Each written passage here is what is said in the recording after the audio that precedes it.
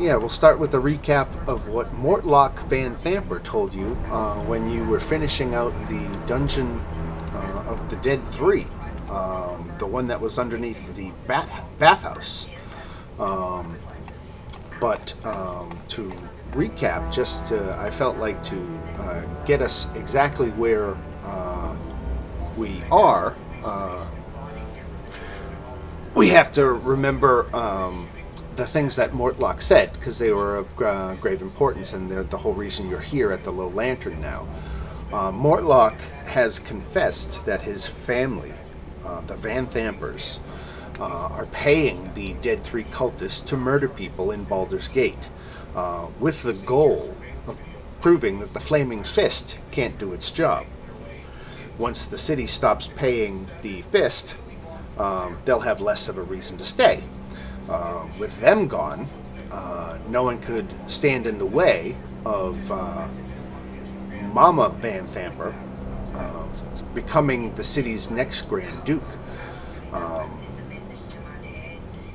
Her mother, Mortlock's mother, I should say, his mother, is one of three remaining members of the Council of Four, which govern Baldur's Gate.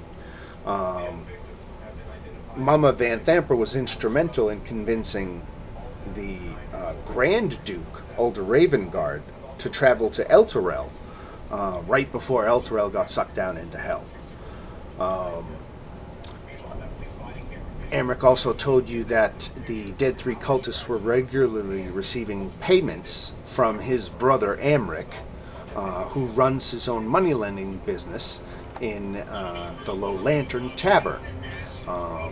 And that is where we are now, and you are kind of, I think we ended last session with some attempts at conversation, but I don't know that there was any clear goals set, and it kind of didn't help you guys figure out like what you wanted to do. So I think the at this point you have Mortlock's word that the Van Thampers are behind all this dastardly shit,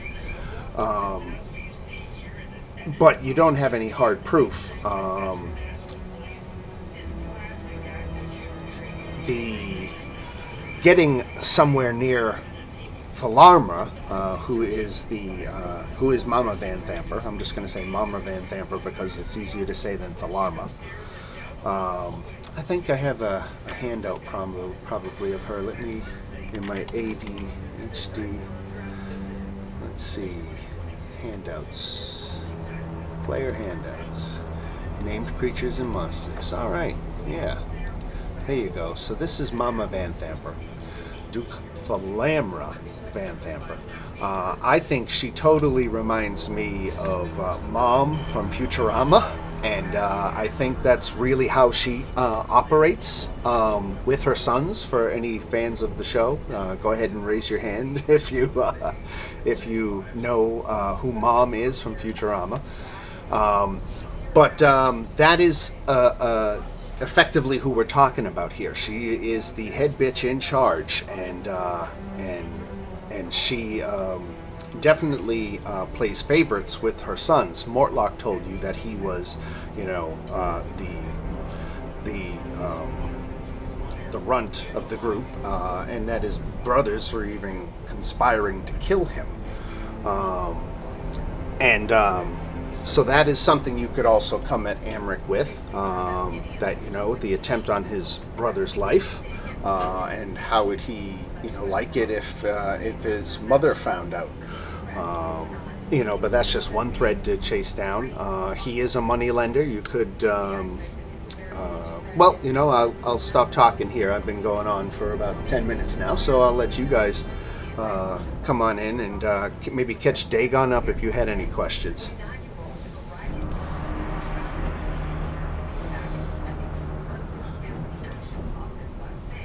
Okay, I have something for Fancy to do. Okay. So Fancy's going to be like, he's just going to survey the crowd and be like, what kind of music do you like? Because that was like, the best music you'll ever hear in this universe, and you guys didn't like flip out for it. So what do you like? Is it like bongos, whatever? That's what Fancy's doing. A lot of the people around seem to be much more interested in gambling than being a patron of the arts. It would seem. That's all you had to say, Cuban Pete. It's in the chamber. All right. So you're here in the Tavern Lounge, which is 2 decks down from the main deck of the ship. The Tavern Lounge fills this entire deck and is lit by oil lanterns. It's windowless. Contains a bar, coffee tables where patrons socialize and gamble. There are 3 of Lorelra. Lorelra is the captain of this ship, or owner of the tavern. And you can see that she's got 3 bouncers in plain view across the deck. Now, Amric is at this end. He's turned a pair of couches and a coffee table into his personal office, and he's running his money lending business from there. He has his feet on the table and his eyes on the room. We can take the conversation that we ended with last week and kind of retcon it if you want to pick up from the point of view of not having talked to him yet. You can maybe discuss amongst yourselves what is your strategy and what you want to achieve, and how to do it with Amric. Okay, first, Dan, I don't see anything on my screen. It's all black. Let me see. Fancy's like, I told you we shouldn't have What gotten about on. now? Yeah, okay, I see that level. Your vision was off, sorry. Yeah. Do you have night vision, or? No, he does not. Okay. Unfortunately. Is he carrying a torch? Well, I guess he wouldn't have a torch in the building anyway, so it's lit. I guess the question comes down: what do we want to do? Do we want to try to kidnap him and ransom him, kill both of them, or try to negotiate something out? For his own bodyguards, he's got this spined devil that perches on the back of the couch. And then there's the thug that's right here is a guy named Valtus, a sleepy-eyed human with red hair in a ponytail, sitting at the closest end of the bar.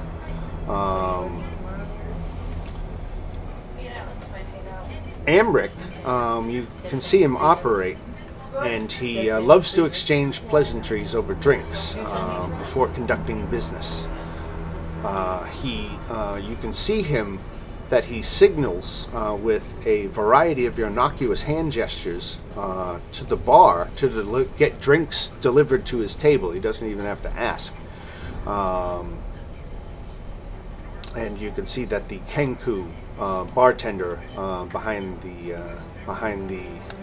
bar there is eager to keep him happy.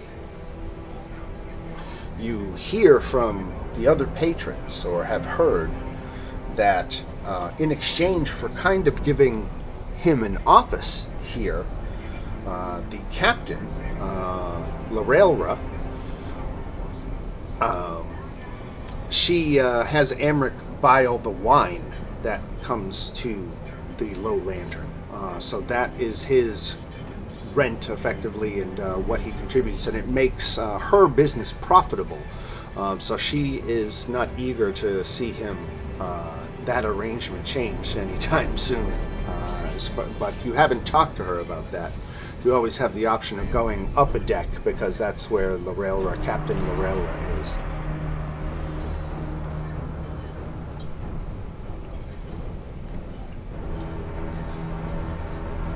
So he has these 3. He has the 2 thugs, Valtus and the Kasara, as his bodyguards. effectively? No, just Valtis and Kashara. They are Okay. Amric's personal bodyguard. The other thugs that you see on this level are Lorelra's security. And their But job she's not here paying is for them. largely to protect the staff. But she's not eager to see him be removed either. So Well, she's going to do it. it's a nice arrangement for her. Yeah. You haven't talked to her about it. You always could, or you could just. I mean, she's not here right now, so she's not going to stop you from doing whatever you want to do.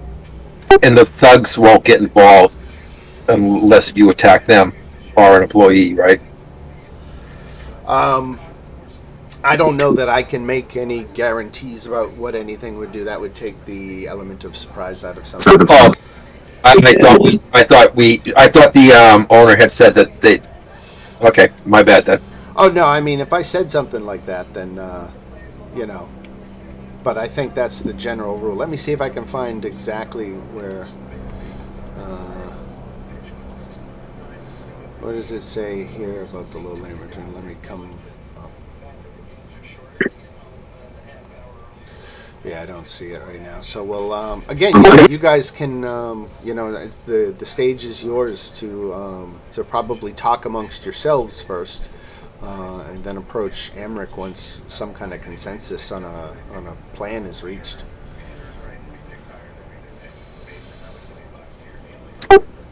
any thoughts, anyone? So you guys tried talking to him before and having him do business with you? Is that what I remember? Yeah, He wasn't interested. He just flat out refused and said no, no bid, no He deal. said the only thing he's interested in is lending money. So he wasn't interested in doing anything else. I think I remember that we did. There was something. Somehow we got the sense that the other people in the bar and the owner of the bar probably wouldn't interfere if someone were to get in a scuffle. I think Because that's that was generally true of any place in Baldur's Gate. Yeah, because that's what I was worried about, is Right. because there's so many people here. But if they wouldn't get involved, then it's just this guy and his two bodyguards. do we want to kill his two Please brothers? take charge. Amric's got a lot of money, you know. I mean, if in the heat of the moment he says, "Hey, you two, 20 gold to each of you to stop that woman," I can't tell you that they wouldn't say like, "Shit, okay." Yeah. There's always that. We've done that ourselves. So and But how would Did he- Captain Lorelra feel about that later? You know, maybe later, you know, she would be like, you know, you shouldn't have gotten involved. You know, what are you two thinking? You know, if they even survived, maybe she'd even fire them. But it doesn't mean that in the heat of the moment they wouldn't be like 20 gold's a lot of money. so is Amric known in the upper city? Is that what it's called? Yeah, Yep. he is. His brother Thirstwell, who's the kind of sickly one that never leaves the villa, is technically the next one in line to run the Van Thamper dynasty. However, his mother, Mom Thalarma, favors the younger brother Amric and is kind of grooming him for the job. So he is a noble. He's running, his little business venture here on the lower part of the city, but he is also comfortably at home in the upper city, among the city's elite. Thalarma is grooming him to take over. She's a woman in her 60s, so she knows she doesn't have, a decade or two to kind of get everything done she wants to get done with her life. But again, she's grooming Amric to be the successor. So taking him hostage would certainly get you an audience with Thalarma, not to plant the seed of an idea. you do have what Dagon. You're part of the city watch, so Yeah. you can go into the upper city at night with anyone you please. So you have that taken care of. But Amric would certainly get you into the villa. I think you just have to worry about him, immediately turning and screaming for the guards as soon as they were within earshot. But I'm getting ahead of myself there.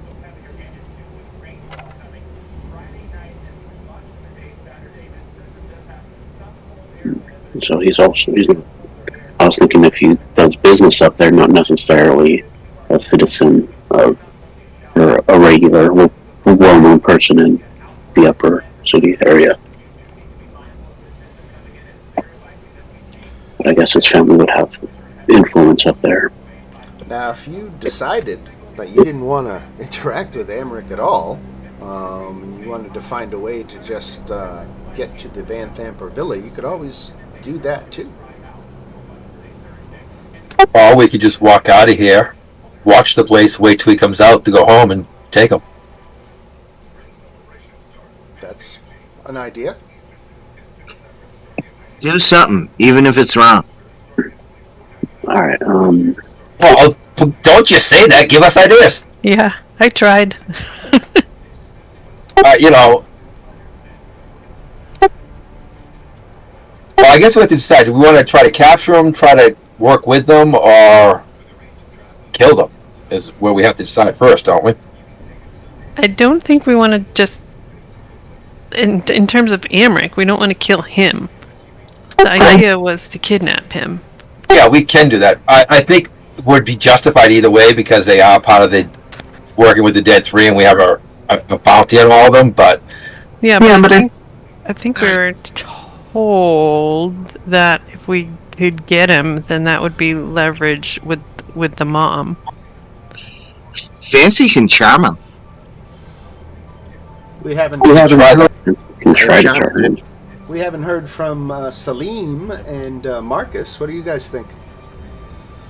I like the idea of just hanging back until he leaves. I think we can use this. I agree. I think we can use this information at a later time because this is the same woman who has the dirt on us for the robbery. So I don't think we want to play our hand right away. I think this is our ace in the hole if we have to deal with her. Good call on that too. Like, that's my main concern is I feel like, especially with this plan of, like, trying to get rid of, it's the Iron Fist, or, I'm sorry. That sounds just as good as everyone else. Let's go with Flaming that. Fist. Right. Sorry, the Flaming Fist. For right now, I think we'll be playing We're a following hand. that. And also, we just barely survived clearing out those cultists. I don't want to get us involved in something we can't handle just yet again. Yeah. well, the cultists are only tough because we cleared out a whole dungeon without rest. So Yeah, those were some tough bosses. I really expected that dungeon to be way smaller. Right. I would not have burned all my crap at the very beginning if I had known it was going to be that big. So, in regard to Amric, I'm still kind of confused on what our objective is with him. We're trying to kidnap him, or we haven't. need him? We personally haven't decided yet. Right. Okay, but what's the final objective with him? Does he have information, or does somebody want him? Or he's just a bounty we have for him? He's a pawn against the mother, basically, one way or another. Yeah, in your conversations with them to this point, I don't think there's been any direct accusations. No. So you, Dan, quick question: is there an imp in this room? an imp? Yeah, his brother has imps or whatever it was everywhere watching things. Yeah, that is something Mortlock told you about. But I think the reason they're hard to spot is because they're generally invisible. Or shapeshifted or something like that. Any way to, really way to check for him with it. Actually, see invisibility. Would divine sense pick up on them because they're evil? And fiends? Celestial fiend. Imps are fiends, so your detect evil there. I think it detects fiends, right? Yeah, divine sense does. You can do that without really letting anyone know what's happening. I think, yeah, there's such a thing as subtle divine sense. Roll that beautiful fiend footage. Do you want to check real quick to make sure we're not being watched by the mother and the brother? Yeah, I could do that.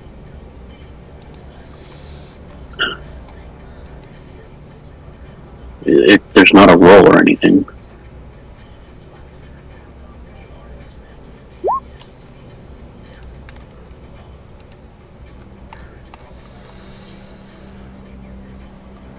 I just detect it regardless. 60 feet.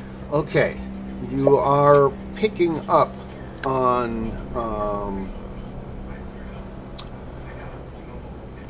fiends. I think it's just on the periphery of the 60 feet though. They're almost out of range, directly overhead. On the floor above us? Or is there a... Even higher than that. The raven's at the top. Ooh. Are there standing guard over the entire establishment, the entire area? Yeah, so the mother knows we're here. Or at least Thirstwell does. Those are Thirstwell's spies. That's the other sickly son. The eldest one, who's next in line? Who should be, but he's not. Yeah. Maybe he's salty about it. Hey guys, why don't we go outside, look up at him, and signal to him we need to talk to him alone. And maybe we can turn him against the others to get control. So as a group, do we know that there's this internal possible strife between the brothers? That Oh yeah, this one's where yeah, I mean, Thirstwell and Amric seemingly conspired to kill Mortlock without Mom finding out. But the plan failed when you guys interceded. Okay, and then Warlock told us all of... Right. Well, yeah, so then it seemed like the other son that's about to be thrown to the wayside would be a better ally than the one that's being groomed. Right? A better possible ally. Yeah. Salim is Fancy's head of security right now. That's a bad that's idea. where- I'm not that's where- strong at all. Strength is my worst stat, my friend. I am not a beefy man. I'm very skinny and weak looking. Exactly. That's why you're the best one. No one will suspect you to be the head of security. Have you even seen The Matrix? All right, keep going. Alright, Don't be mad if the answer's no. It sounds like we should leave for now, at least. Yeah. Okay. Because we're not going to be able to talk to him, and it sounds like, as a general rule, we don't want to just take him out or power him out of here, right? Yeah. I was thinking I might have poor influence as city guard or city watch, but if his family's that powerful in the upper city, then that's not going to probably work. So I would suggest we leave and go approach the other brother. I don't think the god power is going to work too well either way, because she's trying to take out one of the god units. The Flaming Fail. Yeah, so we go and talk to the brother that's not on the best of terms with Mom. A meeting with Thirstwell, interesting. And where's Thirstwell? Do we know that? He usually does not leave the family villa. When he does, it's for a very limited duration. He's almost always found at home. He's something of a shut-in. But the Van Thamper Villa is, I've marked it on the map here now so you can see it. It's right in the heart of the upper city. But you've got the City Watch on your side, so getting access to the upper city is not even going to cost you the usual gate fee of a couple of copper pieces. So you guys are free to either go keep exploring the Low Lantern. If you want, I can throw you back on that map, or you can make your say that you're hiding nearby. Well, I'm just gonna take a thing. Do you guys want me to send a message to this guy? I just thought of a way to do it. Thirstwell? Yeah, I can take out one of my things, tinker up a message saying, "Hey, we need to meet." Right tap on it and hold it up to his animals and for him, because he can't. That would be one way to communicate, right? How would he communicate back?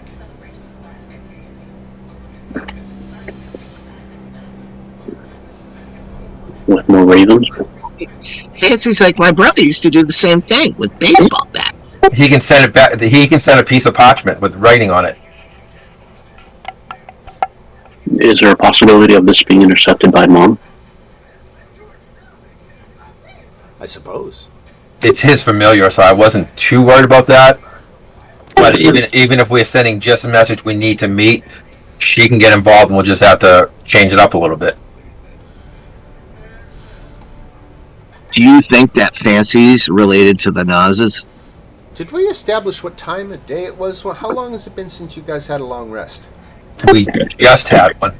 Just had it, yeah. So it would be, we'll say, midday. Yeah, probably. All right. So getting, let's see, it's probably going to be well after dusk before Amric would probably, if he's here at this time of day, that's not even the busy time of day for the, but I guess, I don't know. The Low Lantern, one of its busy hours, I guess, would be more at night than during the day. Yeah, it's quiet during the day with just a few patrons, but the place comes alive at night. We also have another bar down this way we have to visit too, for some reason. I can't remember why. Something to do with the Phoenix thing. Yeah, that was the Phoenix thing. Do we want to send a message? Or You do you go to think the Baton Rouge.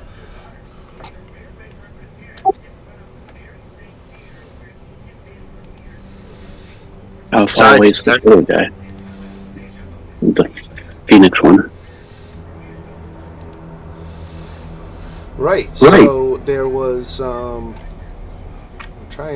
I'm loading ChatGPT to get my side quest notes here. So here. Oh, all right. So yeah, the scrap of paper found at the scene is leading you to a group called Phoenix Rising. It's a peaceful movement. It's kind of they're advocating for more democratic processes and less authoritarian rule, and they believe in using nonviolent means to achieve their goals, such as protest petitions. Fancy's gonna start. Yeah, Fancy will perform.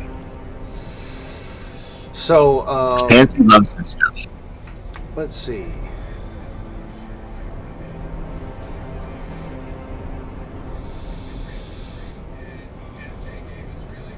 So the leader of Phoenix Rising is a woman named Althea Blackwood. She is in her mid-40s with a commanding presence and a strong sense of purpose. I don't have anything in my notes of where exactly you can find her, so we'll just say she's in the vicinity of the El Song Tavern.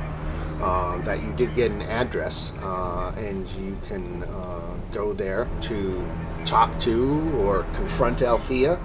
or or whatever else you'd like to do. But we'll say that you got an address nearby, just a few blocks north.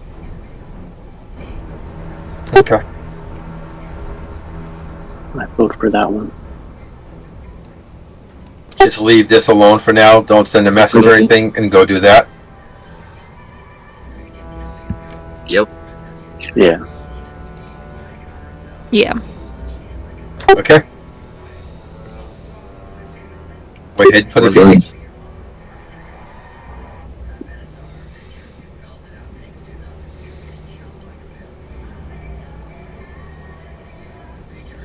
It's intently reading. I am. Oh yeah, I forgot you can see me when I'm intently reading. See, that's why it's good to see me, because if I'm doing this, I'm distracted by the TV, and you can always yell at me to get myself back. Anyway, all right, So, right. Off to the Phoenix we go, Dan. right, all right. So you track down this Althea and the little kind of corner store that they operate out of. And she is leading a speech in front of a few people. Less of a, I don't know, we'll say less of a speech and more of an oath swearing to a couple people who would join the movement, and they said they pledged their little allegiance and are hurried about. And Althea looks to you and asks, how can I help you? This was in reference to the cask, explosive cask, right? Right, there were 4 smoke powder casks stolen from, let me see on my Bio Boulder's side quest notes over here. That was...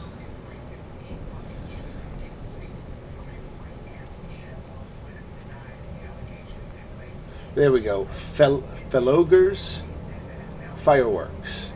There was a fella by the name of Avery Sonshall. I think might have been a dwarf. That I don't.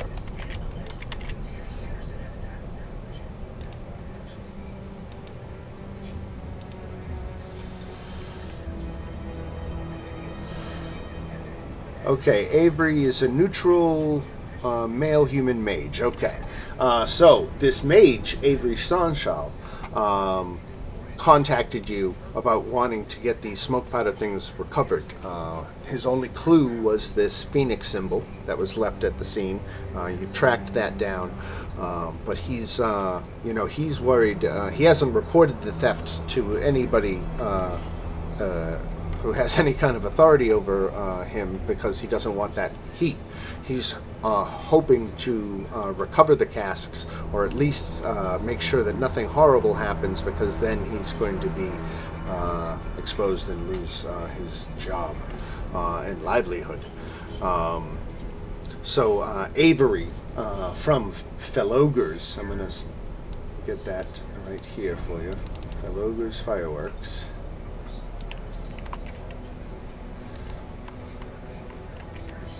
There's the spelling of it in the Discord chat right there. But that is what has led you here to Althea and the Phoenix Rising group. You guys want to do this? Just ask her if she. How we want to ask her about this? We just want to come out and ask her. I feel like the group is leaning towards lawful good, so that's up to you guys to decide. But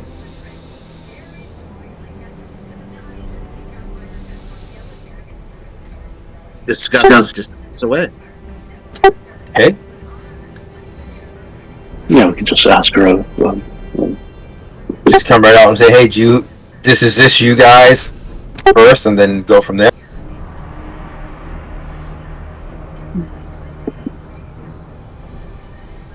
Make sure that we're dealing with the Phoenix group. Or Or that we're investigating missing barrels.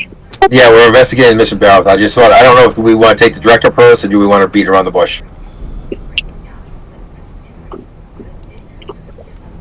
I'd say feel her out and beat around the bush until we have something concrete. Instead of being direct and her climbing up. Okay. Right, Dan, as we approach her, I'm going to walk up and go, hey, have you ever seen this? And show her at the symbol. And you show that to Althea. I'm more asking her like a question, not as, is that you? I'm going to have you see how truthful she is answering. Oh, she says that looks like it came from one of our flyers. Do you deliver them everywhere? We have people handing them out ahead of meetings so that more people can learn about our movement. Do you know who would have been handing them out up near the?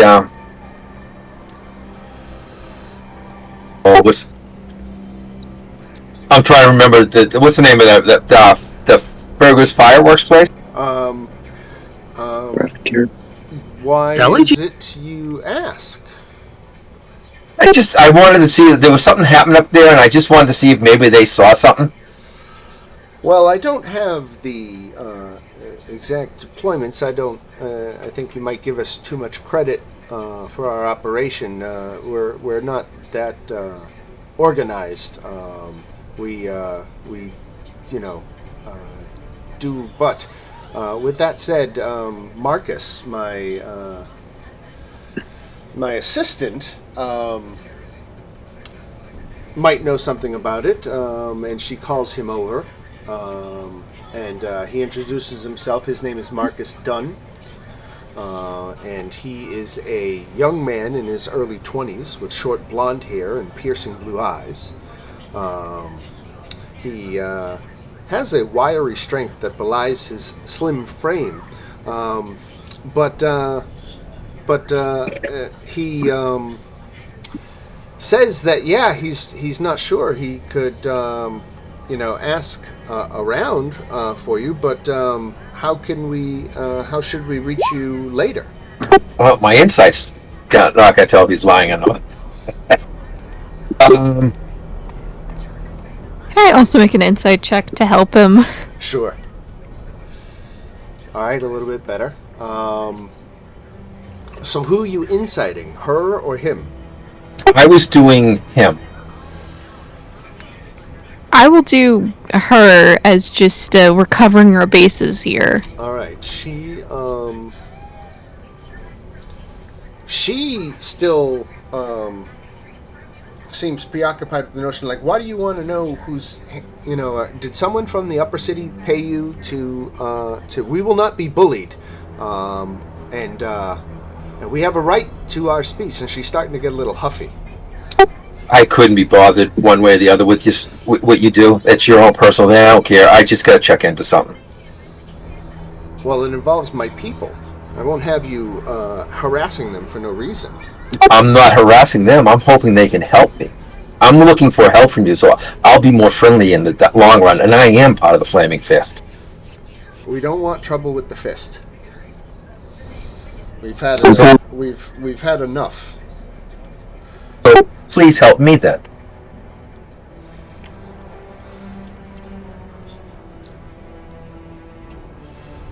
So Marcus says, well, there's like 3 people it could be, and he could, he says that volunteers come and go, and he didn't necessarily get the last names of these folks, but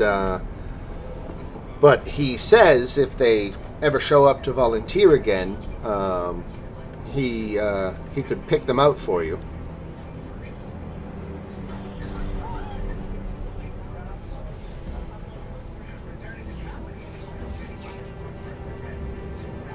Wait, he says if he sees them, he can point them out. Yeah, that he'll let you know, hey, those guys you were looking for are here. If he asks where he can contact you.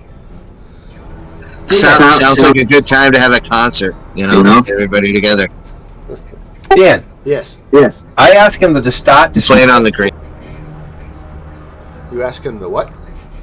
describing one of them to me. And as I'm going to take out my, because this is one of the things I can draw things, and I'm going to start drawing on it and have him correct me as I'm going to keep redoing it until I can get a facial. I'm not following you. You can make pictures with tinkering. Okay. I'm going to have him draw it out, and You're going to use the tinkering, artificer tinkering, as a police sketch. yes. Right.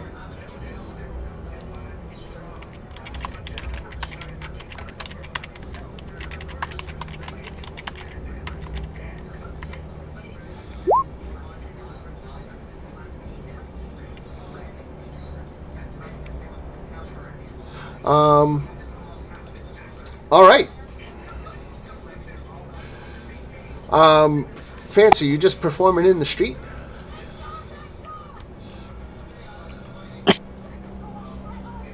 I have not done anything. I'm just saying I have the option at any point to start doing that. Gotcha. Okay. All right. Train of thought, Chris. What was I doing again? All right. Yes. All right. So you were asking Marcus to sketch out who? Asking him to describe the people that we're looking for, so I can make a sketch of them, and then I'm going to show it back to him to say, "Hey, is it like this?" All right. He gives you a sketch, and he says, "You know what? It's coming back to me now. I think you're looking for a young man named Thundreth, and I believe he lives nearby." Okay. Thundreth. I didn't save the encounter. Okay. So yeah, it just came back to him like that, and so he gives you an address. Okay. Just want to head there. What about the other two people? Does she know where they hang out, or where they can be found in the general? No. He's confident it's this young man Thundreth. That's who was definitely handing out flyers near the fireworks. And my insight's not going to pick up if he's lying right now, so. His reputation's on the line. Fancy should get an insight check. Do you guys want to head to that address? Anybody else want to make an insight check on Thundreth? Joe just did. All right, he's definitely acting fishy. The fact that he's remembered all of a sudden exactly who it is and where you should go is kind of, and he seems almost desperate to get you to go there. Muriel, you get that too. Kill him! Kill him! Kill him! I knew he wasn't on the level.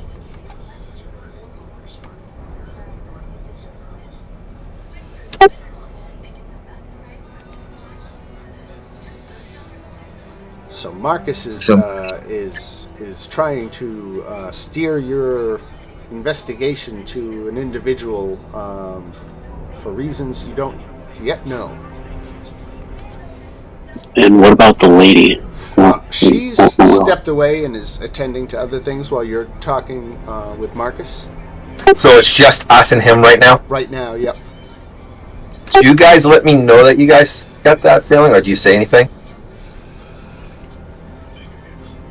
Because I believed him hook, line, and sinker for my role. He seemed to answer pretty quickly, like he's eager to get rid of us or get rid of him. Yeah, that's what Fancy said. I said, if they're giving us, I asked, well, why don't you just show us and introduce us so this goes easier? You want Marcus to go with you? Yep.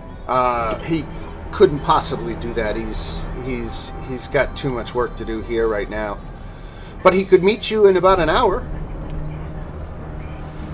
Hey guys, how about we leave, we get out of sight, we backtrack and follow him? That's a wonderful idea. Why don't we go back and talk to the lady about Thundar, Yeah, Thundreth. this person that Mark, yeah, Another this person good idea. that Marcus cross-reference that and then follow Marcus.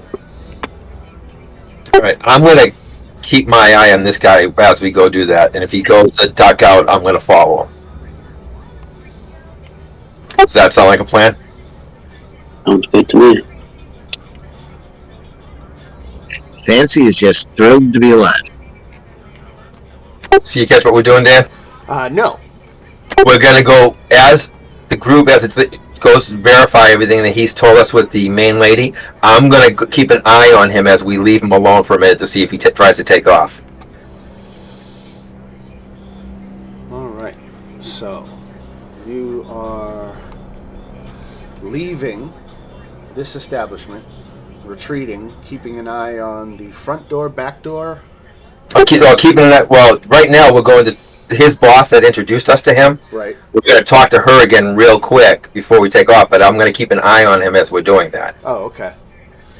Yeah, he goes back to doing his work of directing folks in various ways, same as Althea is doing, and she turns and says, "You again? Didn't Marcus give you what you needed?" I was just going to ask you if you knew about this guy, and I give her the name. So many people come and go, I can't keep track of all the names. I was just hoping you recognized it or not. That's all. I can't say that I do. What about the picture? Didn't you get a picture of him with your? I think I've seen the face rings a bell. I can't say exactly where, but maybe I have seen him recently. Okay. She being truthful? I don't see any insight checks. Yeah, switching page.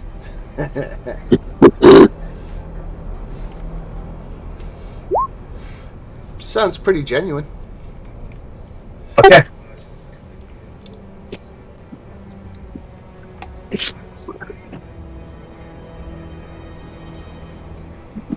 How many entrances are in and out of here, Dan? Front door, back door.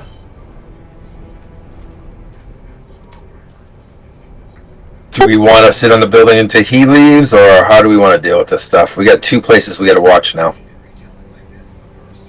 And how far away is Marcus supposed to be? Or not Marcus, but this other guy. The Darth supposed to be. He's just like a block away. He's not very far away. You guys are what? All level 3, right? Yeah. We got 6 of you. Do we have any familiars we can leave on him as we go? I have a familiar.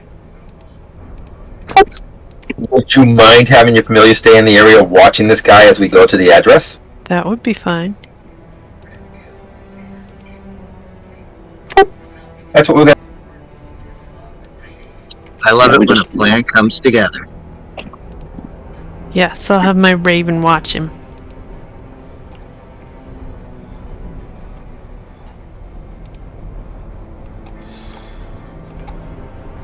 All right. So as you leave, you leave, right? And we leave the raven there. Okay. And as soon as you leave, Marcus comes up to Althea, and you can't pick up on what is said, but Marcus immediately leaves the building through the back door. Where's he heading? He is heading in the direction of the address that he did give you. So that he could be behind us or going around us once we're heading that way.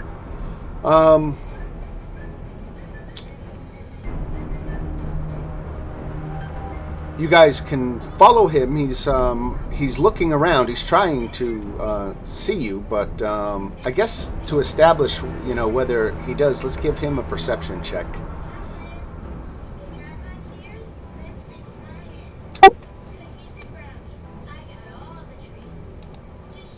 Was he protecting the Raven? Right. Or you guys, because you guys are standing. I think he's around, looking for right? us, right? Right. Because we went off, and now he's kind of behind us now. Yeah. So he's trying to track us.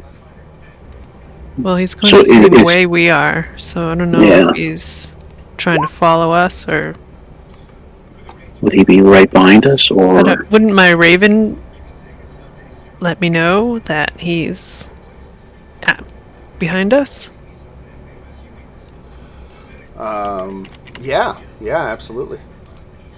If you're like, And I'll let everybody else know. Yeah, guys, he's go ahead. I'm sorry. he's coming the same way we are. Do you guys want to keep moving, and I'll try to duck into an alley and stealth and get behind him, and then follow him? Well, let's get a group stealth check. Half of you have to beat a 14 in order to not have him see any of you.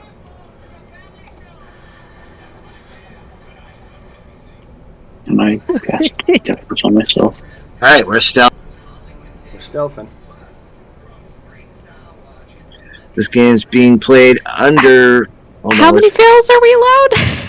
Okay, never mind. I think So, that's it. There's a lot of you, and moving around quickly in a crowded space in a limited amount of time to prepare, all led to him seeing you, and he takes off running.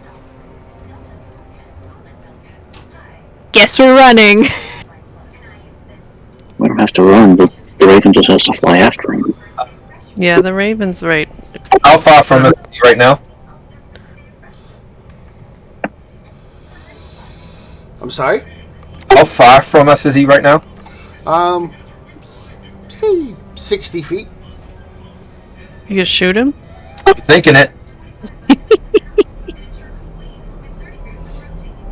Go for a leg shot? If you shoot him, I'll shoot him. Okay, How far away is he? 60 feet. Oh, Wait, let me take a look at my spells. I might be able to justify having let me see. Do I have the Fancy. option? Mock him. 60 Okay, feet in a crowded. He's got really good put downs. I can say I have hold person because I can change my spells and I can cast hold person. So This Muriel is the took a shot, situation. huh? Yeah. Let's see. Oh, okay, never mind. Oh. Alright. Sounded like fun. Sorry. We got healing.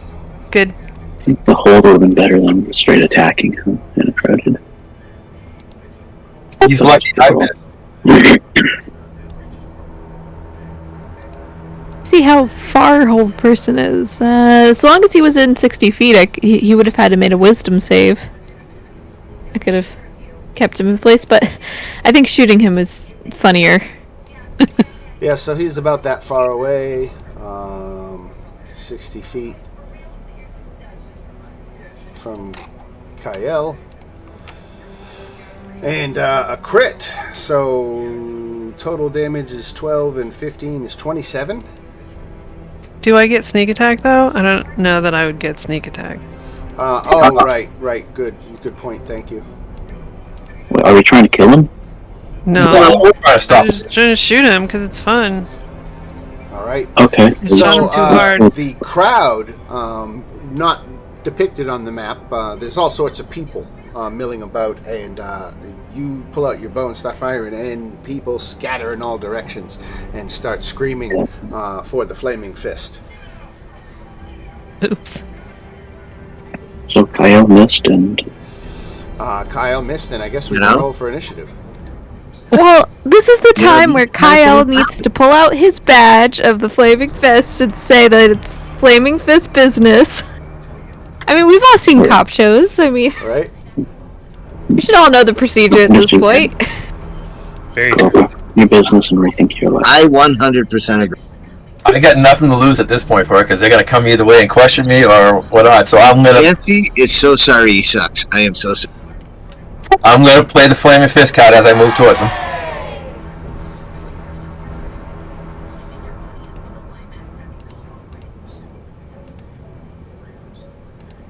Well, shit's gonna go down. Please protect You Fancy. guys are all 3rd level, right? Yeah. Yeah. Mm-hmm.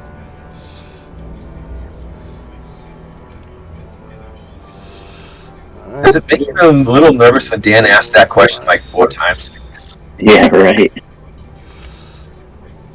So we're figuring out how strong to make this guy or something. In this group of guys. You know Or what? what? How many guards to send after us?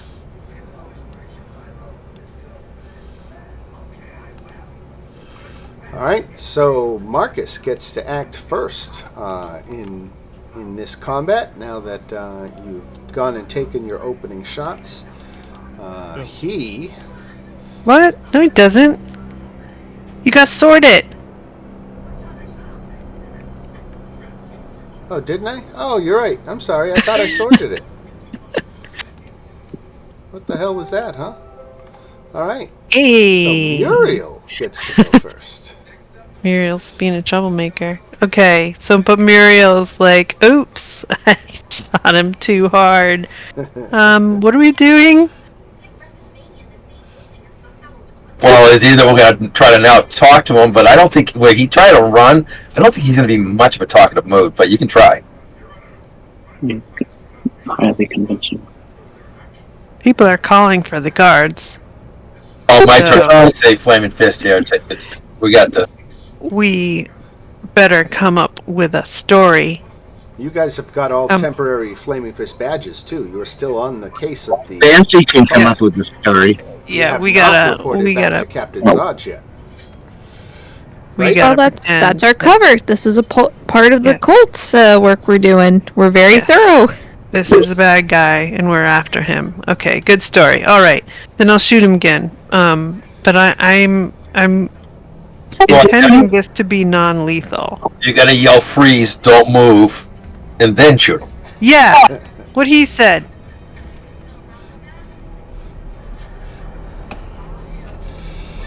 $14. Let me see. 14. That does not get through. Marcus threw on, Okay. or had on some armor, it would seem. I think I got to take that off of him. How much is splint armor? Because he wasn't wearing armor. What's the armor class on splint? Oh, give me a second. Oh, wrong character. Splint equipment is armor class 17.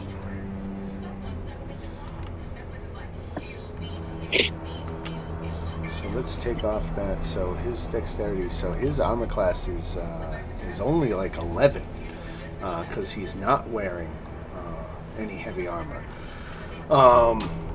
So that hits for 4 points of damage.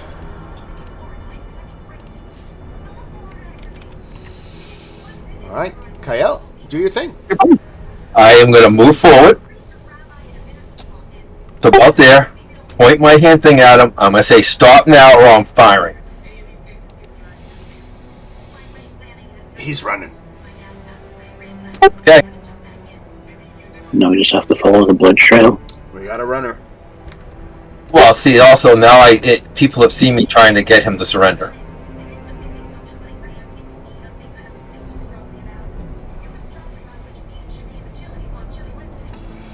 Damn it. 14. I'd shut up, sharpshooter from here on. Yeah, you sharp shot it.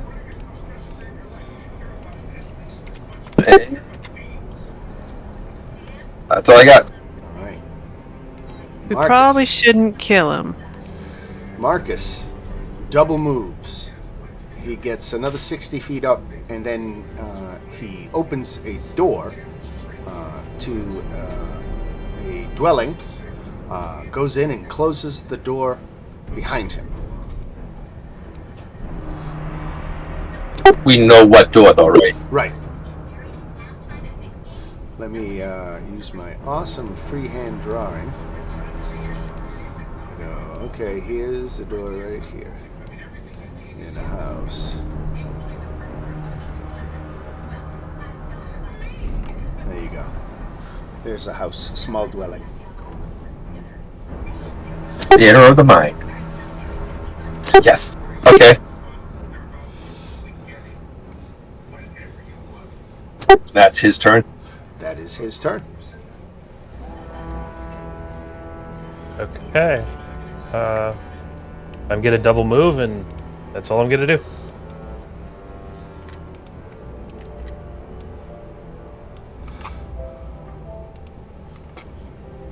Dagon. So we know he's inside the house. Right.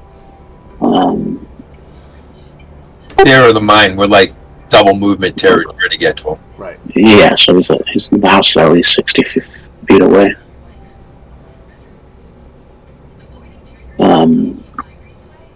I'm going to move up. So how far would 60 feet be? Where, here, about here? Where would the house be? It would be up where Marcus is. Okay. I'm going to move to this side and try to make sure there's not any back entrances or side entrances. There are shutters over the windows. Okay. And if that's it for Dagon, we go to Fancy. You're just going to run up? I'm gonna do this. I'm just gonna.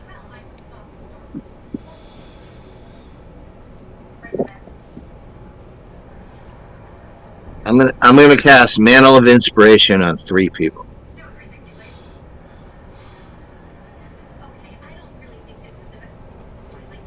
Mantle of Inspiration. Bonus action. Choose up to a number of your charisma modifier of creatures. Get 5 temp hit points. And you can use your reaction to move your speed.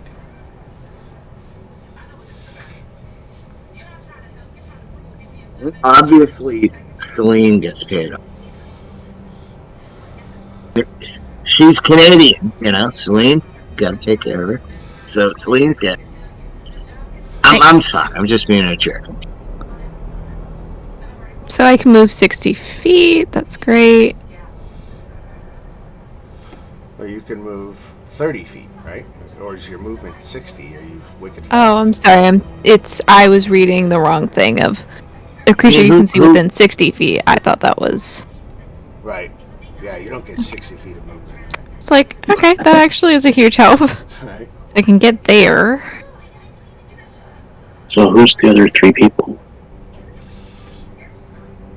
I want to say who needs it, but if you want me to figure it out, I can do that. So why don't we say Kael, Dagon, and Marcus? They're all up front, right? Well, it's only 2 more. Okay. So what about Dagon and Marcus? Perfect choices. Perfect. I did all the work for you. That puts those 2 in the building. Right? If they want I'm to. going to go on the backside. Okay, and I'm gonna go with my. So I did that. I did Mantle of Inspiration with my bonus action, so I can actually run away too now.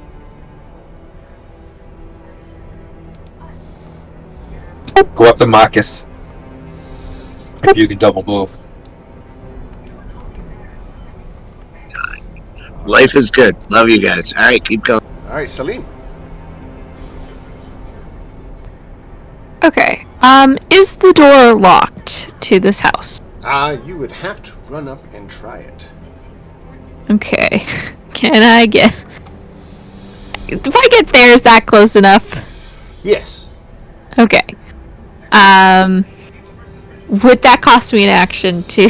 Nope. To try the door is free, and it is unlocked.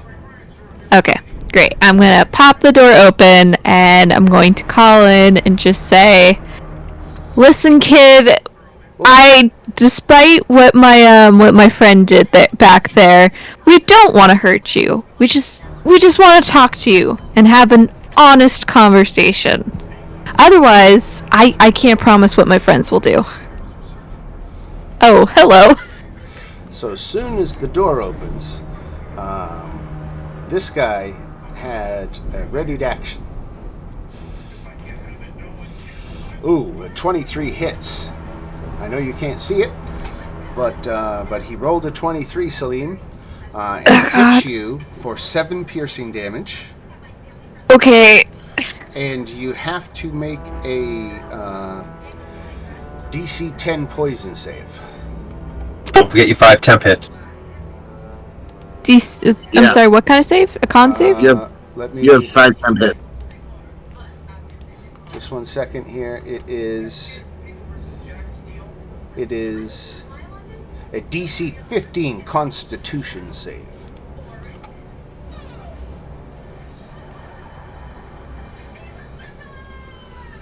Nice. Okay, so you only take 11 points of poison damage. That sounds like drought poison. Hold on, wait. Hold on. I did my healing wrong because I didn't have my temp, so... The 5 from... So it was... What was the first amount of damage? It was Just so 7, and then 11. Okay, so 18 minus 5, so that was 13 damage, so I know what I'm supposed to be at now. Oh my god. Jesus. Right. That was the readied action that this guy had. Now, now that you've got the door open, you can also see... let me see something really fast. That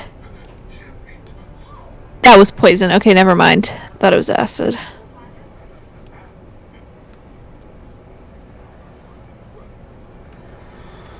there be 4 barrels of explosive smoke powder in here.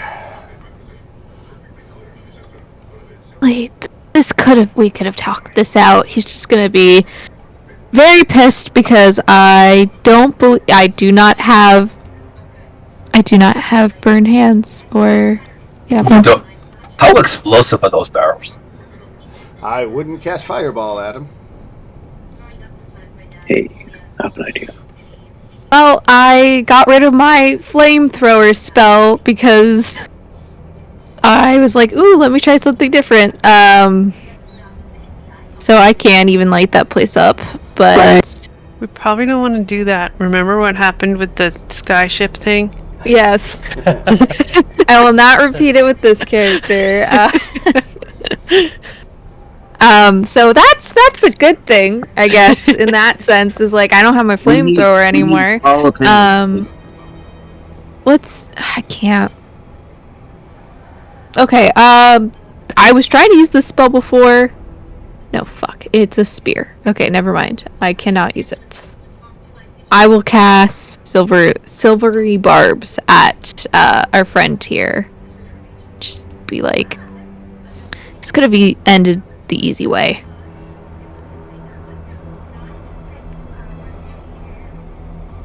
Silvery Barbs is a... You making him re-roll his attack? That's crazy. We've been watching the whole show. Yeah. Oh my god, I'm sorry, I should have clarified. As my reaction, I'm going to try and make him re-roll all that damage. Oh, that shot that he just hit you with. Okay, I got Yes, you. I'm sorry, I forgot that I have that as a reaction, and I have spell slots again, so I can use that. Very good. Here comes another one. Oh, I forgot to change it. Change it so you can see it. Hold on. Let me do that right now. Advantage. Okay. Dun, dun, dun. Light crossbow. Here we go. 17? That still hits. Right. For effectively the same amount of damage. Okay. But now you get to give someone this advantage, don't you? Taking the wrong spell. That's right. And that's it for Salim, right? Is it? Yeah, silvery barbs, you can give somebody advantage on their next Attack Yeah. roll, ability check, or Since- saving throw. I was about to say, I believe since Marcus is the next one in initiative, I'll give him advantage. Since he's the closest. Right. All right. So our assassin had his readied action go off as soon as the door opened. Now he's got another one. And he sees that he hit Salim, and she kind of fell back for cover. So let's see. Coming at Marcus. 24. Yep. Ouch. 7 piercing, and then make that DC 15 con save.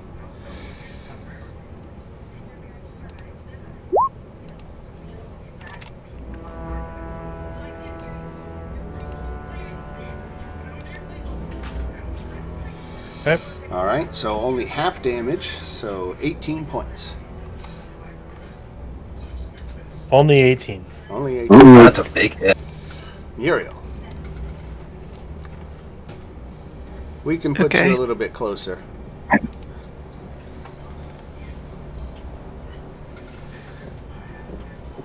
So one movement Oh. would get you up within range of the door.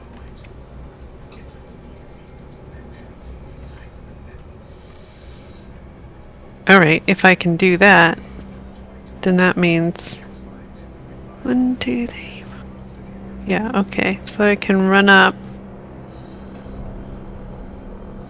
and I'll shoot our little friend here. All right. Your armor class 11 friend. Yeah. Oh, bad shot. Okay. And then I'll bonus action dash and get me some cover over here. All right. Kael. I'll even actually go around the corner. All right.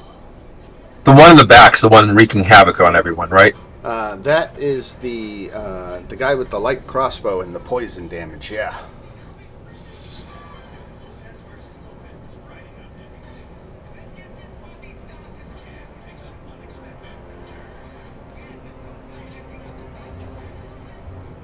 I can't roll at all.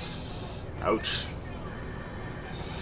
All right, Marcus, for his part, is running in behind this guy, and he grabs one of the smoke powder barrels, and he makes a threatening gesture, like if he's got, I guess he gets out a flint and steel and says he'll blow it up. He pulls a cork out of it and pours a little of the powder on the floor and says, he'll blow us all up if you don't leave now. Which seems to deeply unnerve this guy. He kind of turns around looking at Marcus like, say what? And Marcus, it's your turn. Or excuse me, the other Marcus. Yeah. The other one. Yeah. Right. It's not awkward at all. Right. Okay. The more awkward, the better. Thank you. Yeah, for sure. Awkward is good. Okay, so let me check something real quick. That's an action. Okay, so I'm going to bonus action healing word myself, because I'm gonna need it. And then I'm going to Sacred Flame Marcus. All right. Not that good. 10, 5 radiant damage.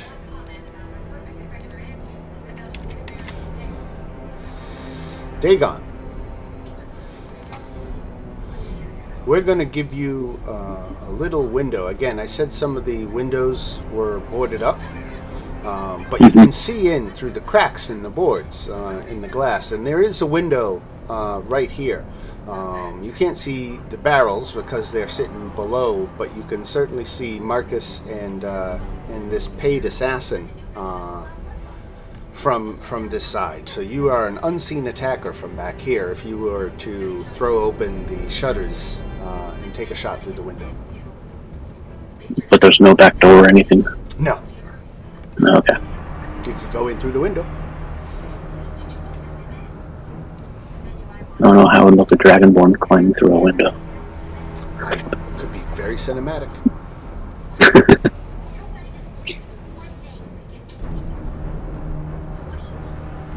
Alright, so the guy he's threatening to blow up the whole place. Yeah, that's what he's threatening to do. You don't know if he's bluffing, but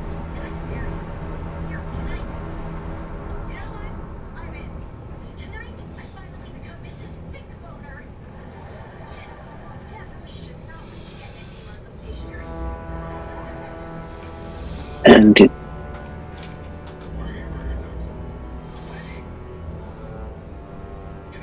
does he have a torch or anything in his hand to light? yeah, he's got a fire starter that he's made a little trail of powder, on the floor, so that if he were to strike it with a spark, that it would ignite and eventually, within short order, blow up the barrel.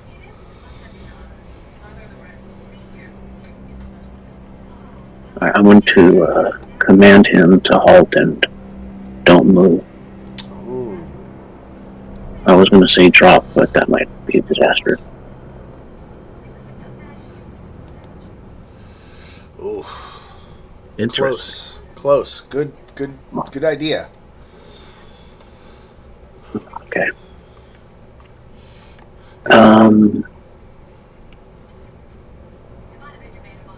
What's my probably bonus action?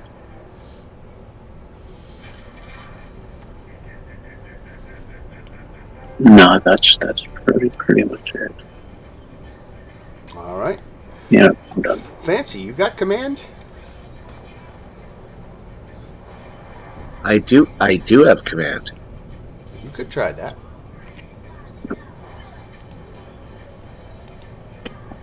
What do I have to roll? About that, I didn't mean to make that. Just cast the command spell. Oh, now you want to make it complicated. Hold up.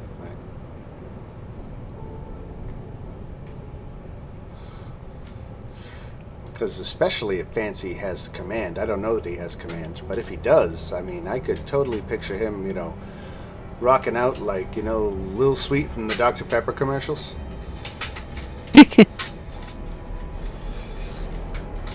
Hold on.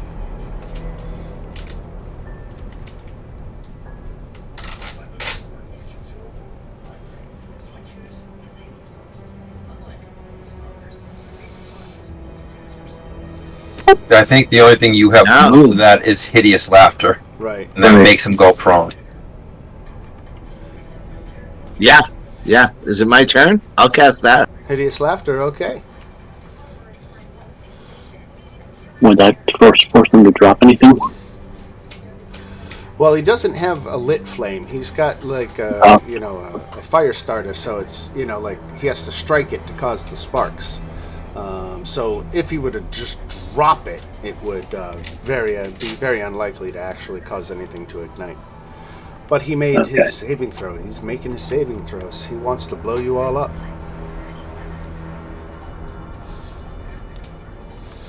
Salim, what do you got?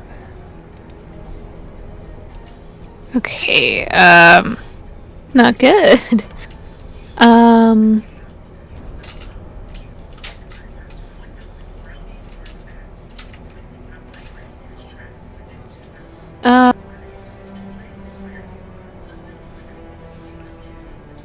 Do you guys think it'd be worth casting calm emotions? I think I just have it because of my class.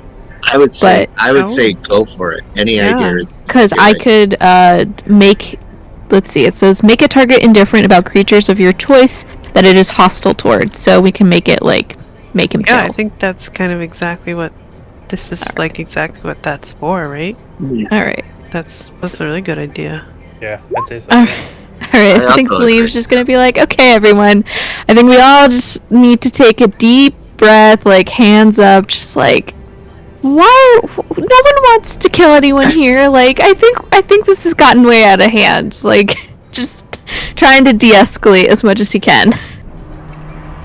So the target is each humanoid in a 20-foot radius. So you're going to not only calm Marcus, Dunn, but you're going to calm the assassin that he hired to watch over this place for him. Yeah, so I'm gonna step in so they're in the 20-foot sphere because I realized I'm too far. Be like, guys. Charisma save. Here comes Marcus Dunn's. Again, crushing it on the saves. What about the assassin? Yep. Wow. Okay. They will Fuck. not be calm. Let me see. I'm sorry. I have my sorcery points. Let me just. I can use all 3 points to basically make them have disadvantage on this spell. So I think I'm going to do that. This is a situation where I want Marcus with the light to basically chill the fuck out. Like, I'm not playing around at this point. Right.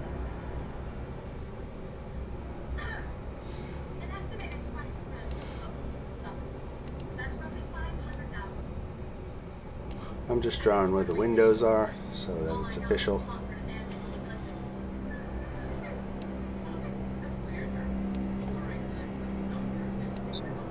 What was it? One light for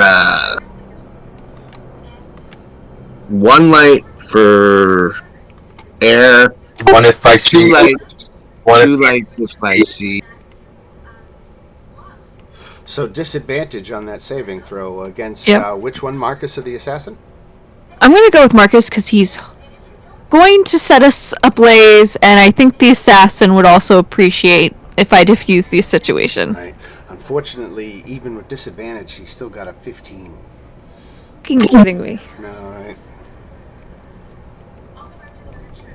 right. See, I took like 10 steps in. I can go back out. Okay, that didn't work. Alright. Well, I'm going right back out. All right.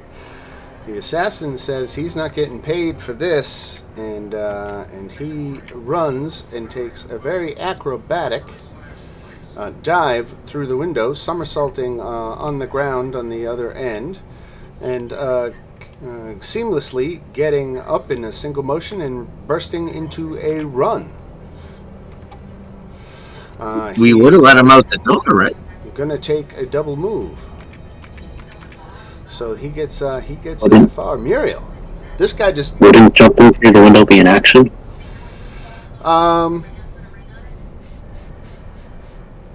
all right, I'll give it to you.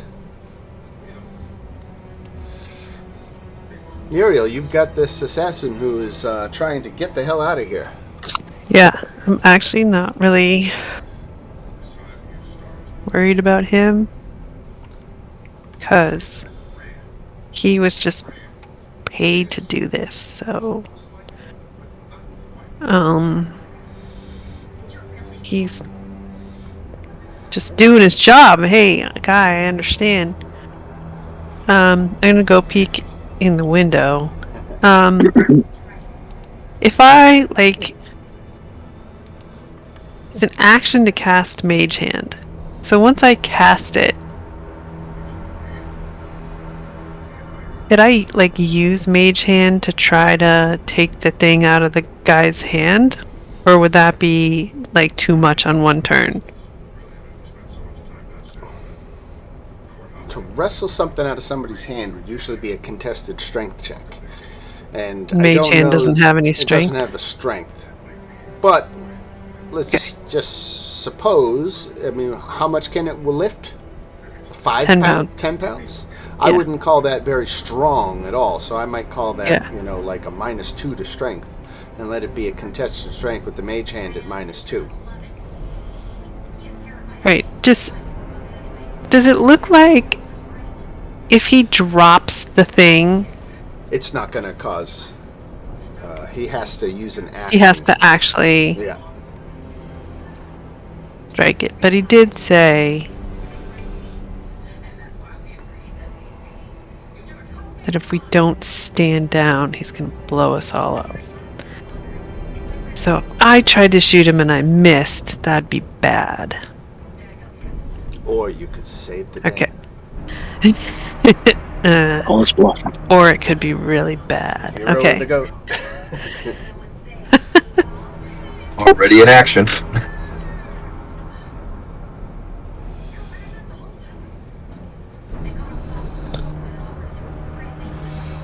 I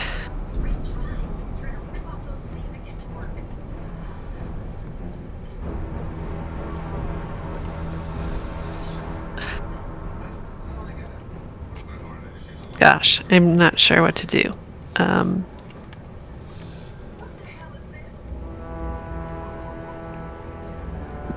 All right, I think we'll try to talk to him, and I'll just be like, "Hey, all right, you know, you proved your point.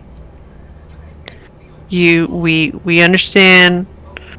We don't want anyone else to get hurt. We just what do we want? Want the caskets and we'll leave.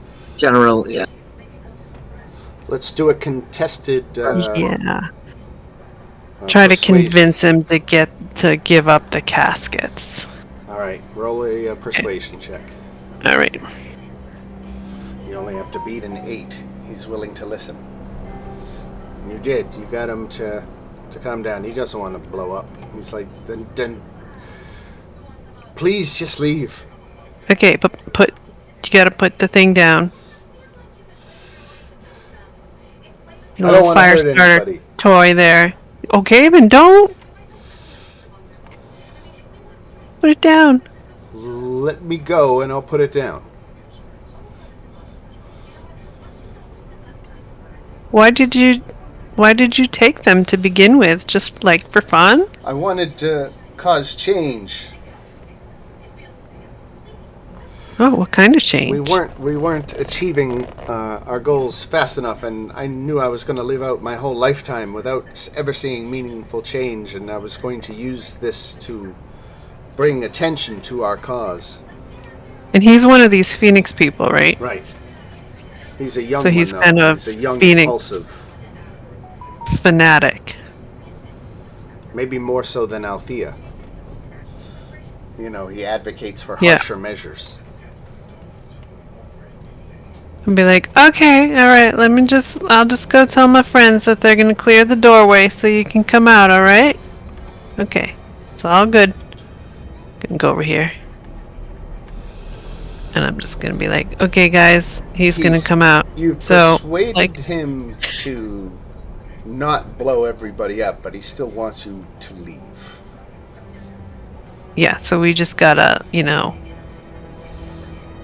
He says you can take the barrels, and he'll call it even. You let him go his way. You take the barrels back. He said he'll leave town. I think that's fine because we're just trying to get money, right, guys? Yeah. Let's complete this one and then talk. Or is it 200 per barrel? Yeah, so if he's gonna let us have them, we get our money. Who cares what he does, right? Correct. Yeah, we don't. Okay. That's how we survive. Wait until I teach you how to steal. Alright. So we'll let him go. So he's going. Fancy Okay. it, fancy Yeah, don't hurt him, just let him go. Bye. Right, thanks, bye. Okay. Now let's go get our barrels.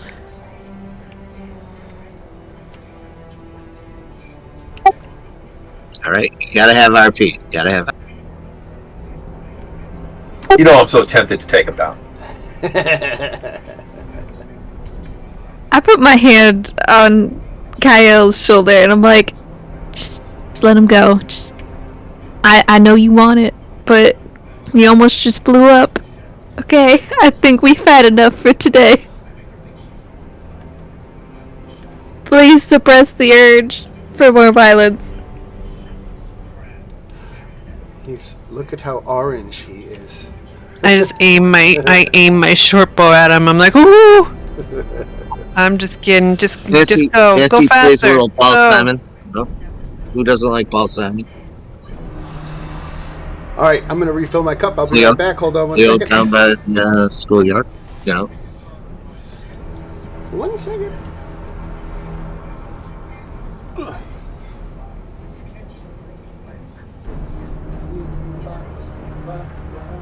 Alright, who has the plan? I'm just the bard. We gotta get the barrels, I guess. We have to find a way to transport the barrel. Yeah. And just tie him to Fancy's back and walk towards wherever we're taking him to.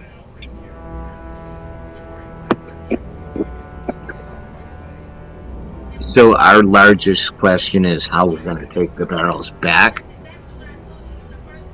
Well, yeah, we want to get paid, don't we? Yeah, but no one told me that we had to have a trailer. Well, no, we just tie them to you and you carry them. Do you understand, like, I am a interdimensional superstar?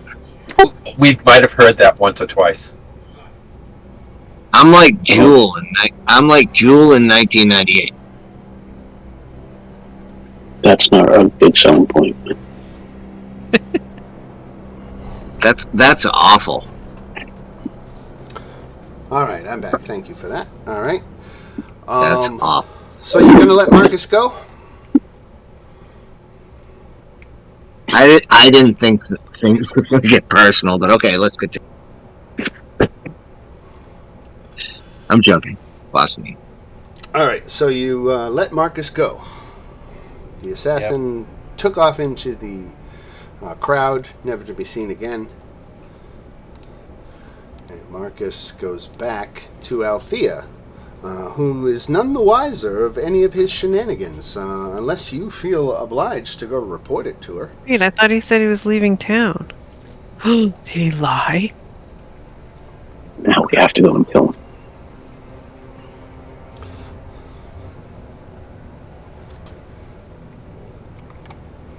That's no So where are we supposed to take these barrels to?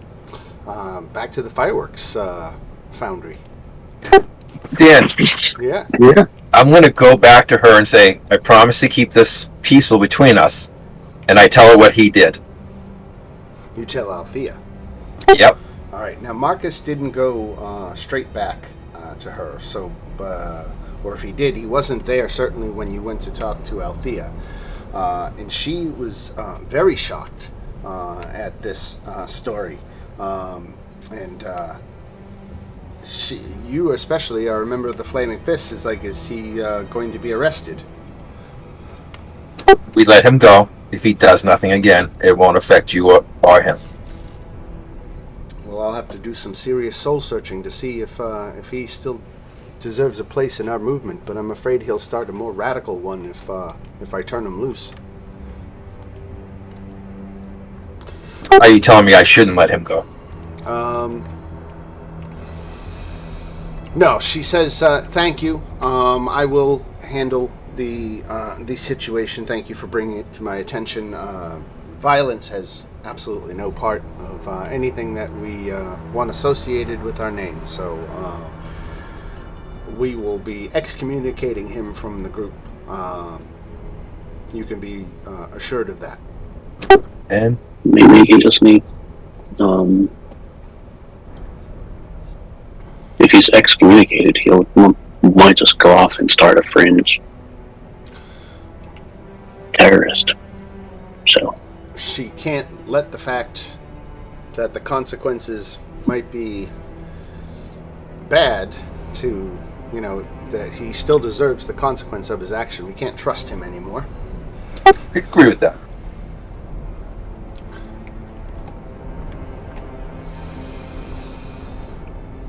So you go back to Avery with the barrels. You're just going to walk through the streets with a couple of barrels of smoke powder? I mean, they're pretty big.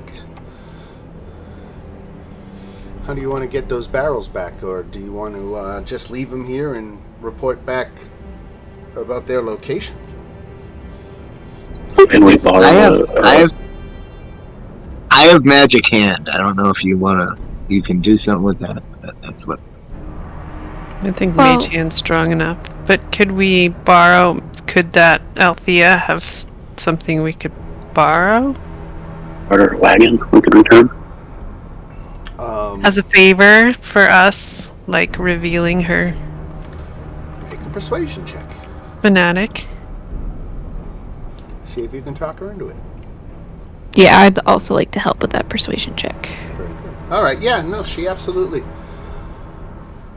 She says if you need to borrow this wagon to fix some wrong that Marcus Dunn had committed, then by all means borrow the wagon.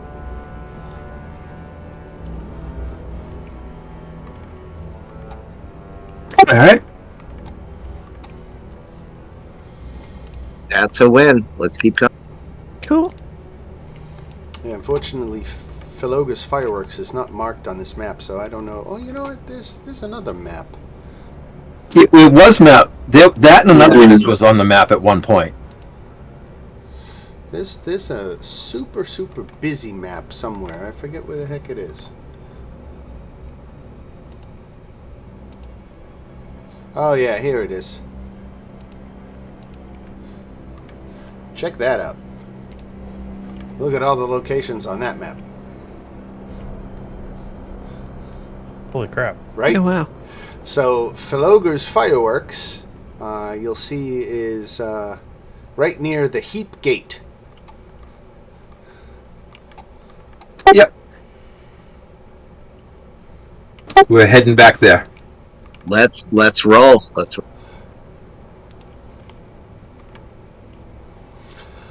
All right.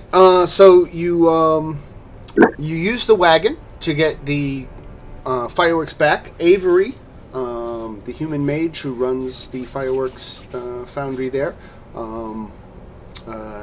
sees you coming and runs out into the street to greet you. Well, before he catches himself and realizing that he was trying to keep this whole thing secret, he's overjoyed that you had the barrels, but then it immediately turns to, they're carrying through the middle of the street where everyone can see them. And he's like, quickly get in.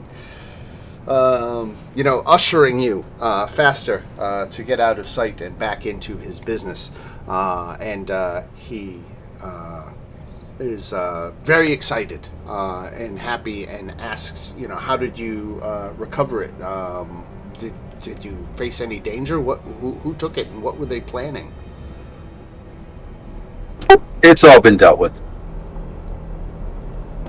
Well, a deal is a deal. So here is 200 gold for each of you. Or for each barrel.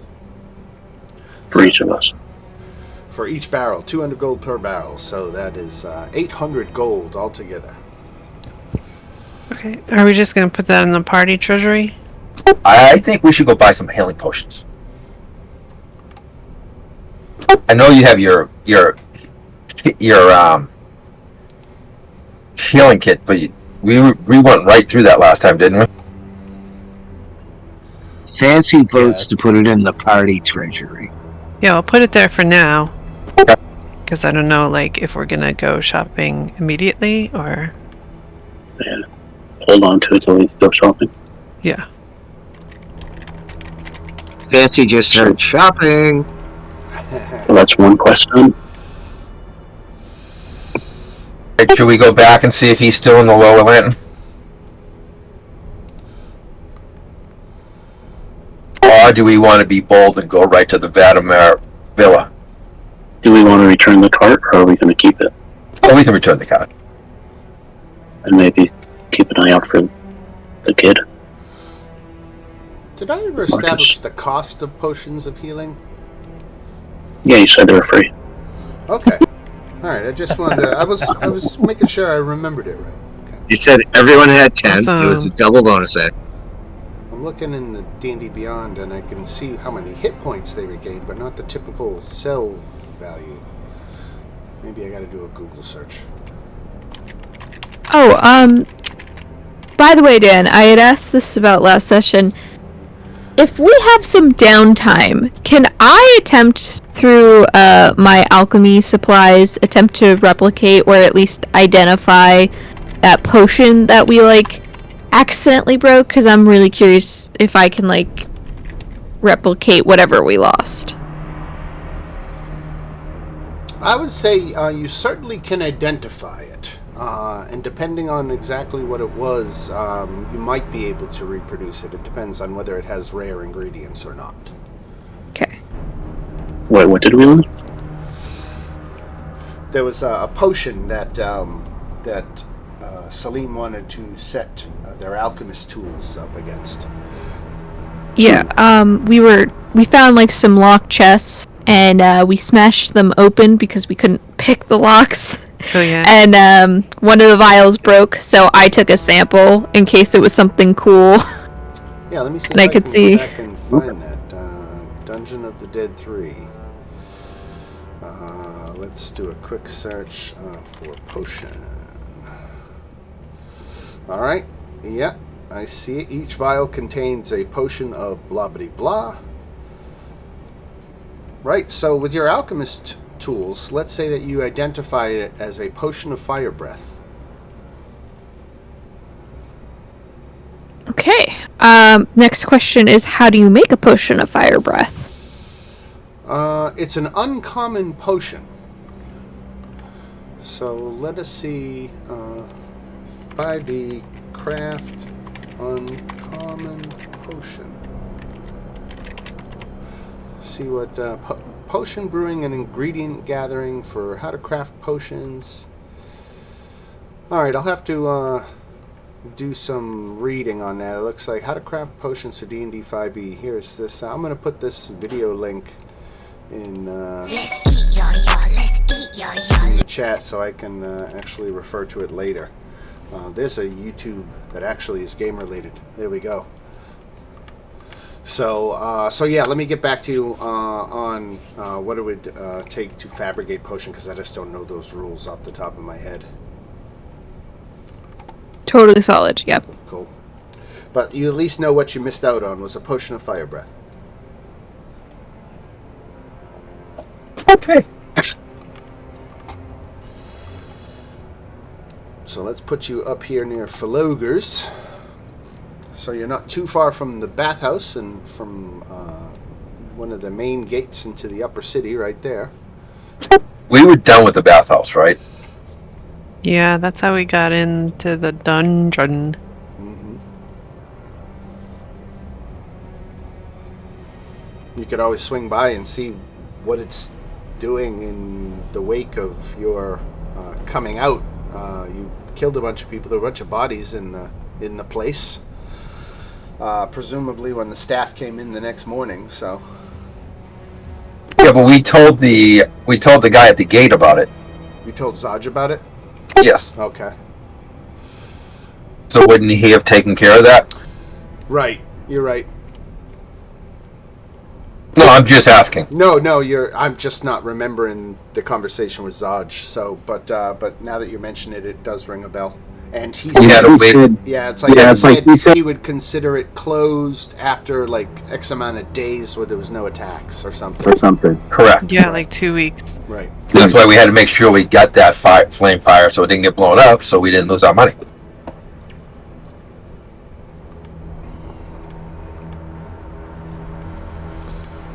All right. So where to now? It's getting. We'll put it. In mid to late afternoon, where it's starting to get dark, and the business of the day is starting to wind down and wrap up, and the vices of the night are making their entrevu. Hey, you guys, you want to go back to the dock, check on that guy. If he's still inside, not moving yet, do you want to go check on our boat?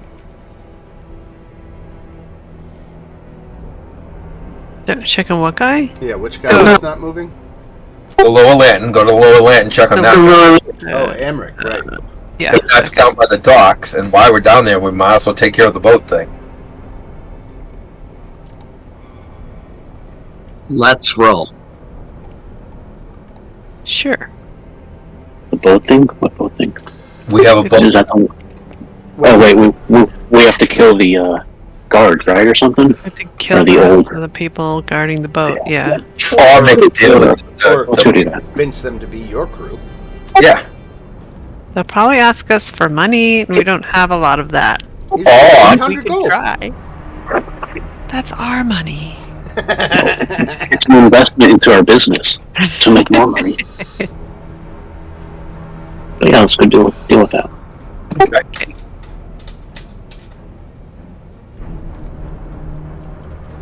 We're going boat shopping, Dan.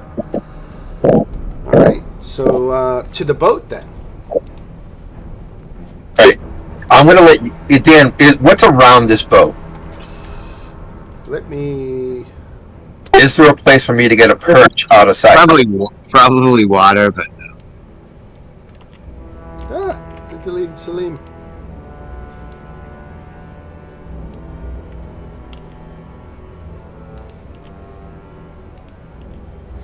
All right. Now I go over here Is there anywhere nearby I can get a sniper's perch? for dealing with the guys on the boat. Yep. In case it goes bad.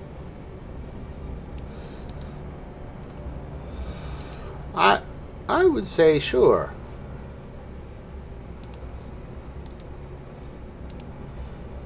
Have we had the time to take like a short rest since Absolutely. all this is happening? Yep. Yeah. Okay. Absolutely. If you guys want a short rest, take it now.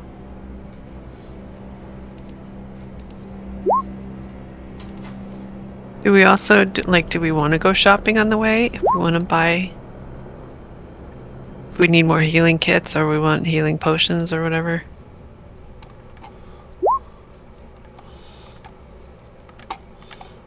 Yeah, shopping first.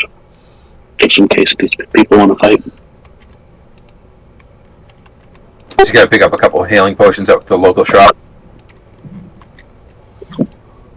Yeah. And would it be hard to stop and pick up a few healing potions on the way here? Nope, no problem. My research is they're like 50 gold for a regular healing potion. Right, I see something Yeah. regular potion of healing 50 gold. Yep.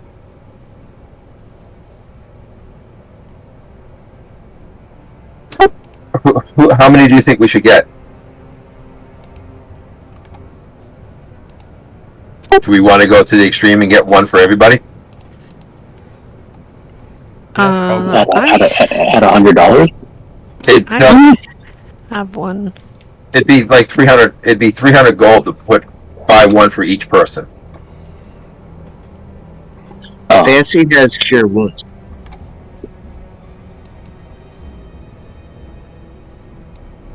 Do we want to just buy one for each person who doesn't have healing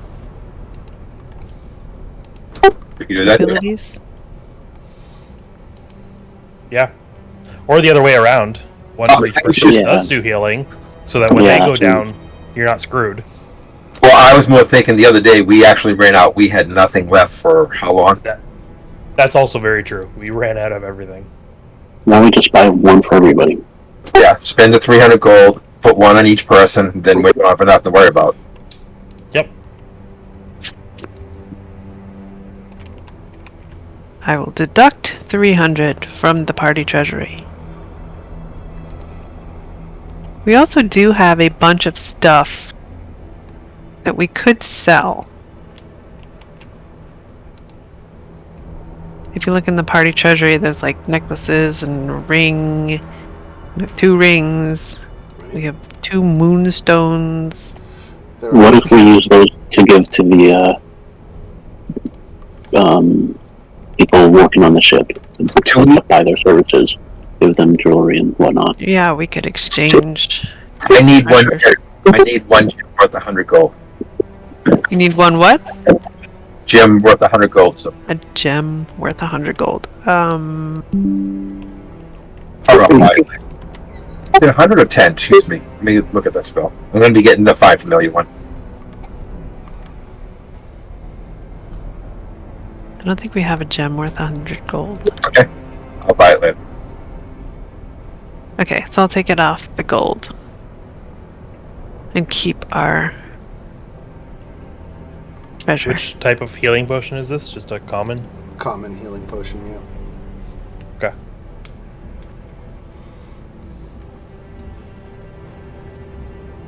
Okay.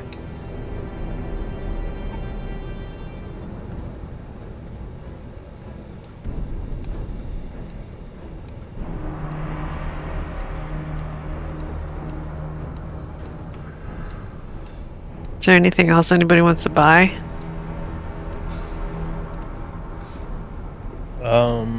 Like components or anything that people need? Probably just another healer's kit. Whatever that costs. Look it up. All Fancy needs is his instruments and a way to follow the wind. Those healer kits are only 5 gold. Yeah, they're cheap. Nice. Holy crap! Yeah. So I'm gonna buy another one of those. So just subtract another 5 gold, please. Okay. That's like cheapest thing you can do. Yeah, the healer feat is unreal, and I don't know why it's not more common. I didn't even know about it, to be honest. Well, there's a couple of great feats, and healer is a great feat, but there's so many others that are just like when you have That's a true. limited number. But if you get to pick 3 or 4, then healer's definitely on the list, right? That's why I like the Dragonlance game, all those feats. Yeah, that's crazy. But yeah, I had to rework my whole layout because of that. Right. Right. So yeah, I'm gonna find a sniper's nest, Dan. All right, so there's a building not too far from this dock, and you can kind of get yourself, we'll say, let's put you 150 feet away. Okay. Is that for a longbow? That's plenty, right? I'm with sharpshooter. I don't have disadvantage. All right, yeah. Well, all right. Well, let's put it. Let's be more dramatic then. Let's call it 300 feet. No, I want to be able to get there if I have to. All right. I'll split the baby. We'll do 150, 200. I said 150 and 300. So yeah, let's do 200. Okay. Because it can't be too close to the boat because it's all the way at the end of the dock. I'll do that. Very good. All right, and the rest of you got a bunch of guys working on the boat. Now, how long has it been at this point since you killed their captain? It's been at least a day, right? Was he in the Elf Song. Yeah. We left the Elson Tavern. We did the bathhouse, took a long rest, and then it's that day. Right. Okay, so this crew has been taking care of the ship. Since then, they've learned... well, I'll let you find out what they've learned.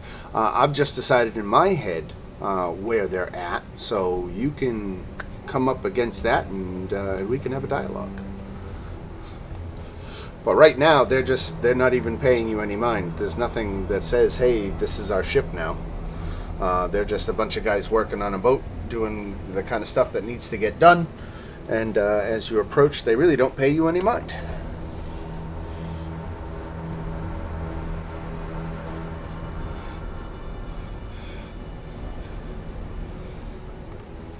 Yeah, I'm gonna Conscious move forward and try to get someone's attention. Ask if there's a first mate or something. Or someone.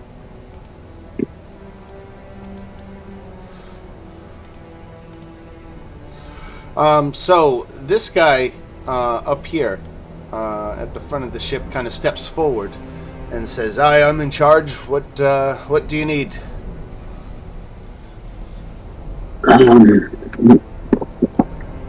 Just explain the situation that we are now the owners of this vessel and we're looking for a crew to man it for us. And if they'd be interested.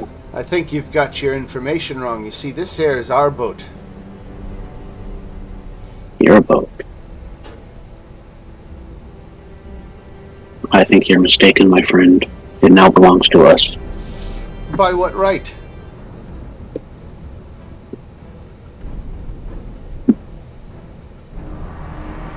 By the right of conquest.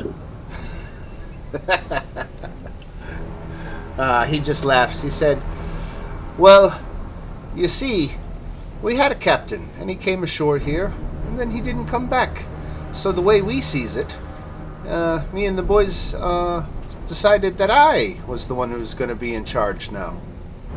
So we've got it sorted out. Dan, I'm going to ready my action, and if he makes one move to go to combat, I'm going to hit him. Okay. No, I tell him, that's very interesting, but he's mistaken. The old captain's not coming back because we killed him. And everything that belongs to him is now ours, so the boat's ours. And if you'd like to live, you could either walk off the dock or work for us. Or meet your former captain. Work for you, he says. You be paying us if we work for you? Well, we're on the out of taking slaves, so yeah, we'd be paying you. Perhaps we can discuss terms. What is your interest in owning a vessel like this?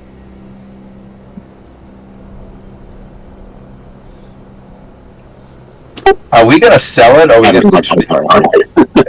going to sell it, or actually use it to do things? Depends on whether we can crew it or not. Right. Should we just say we're adventurers? What do you think we're going to do?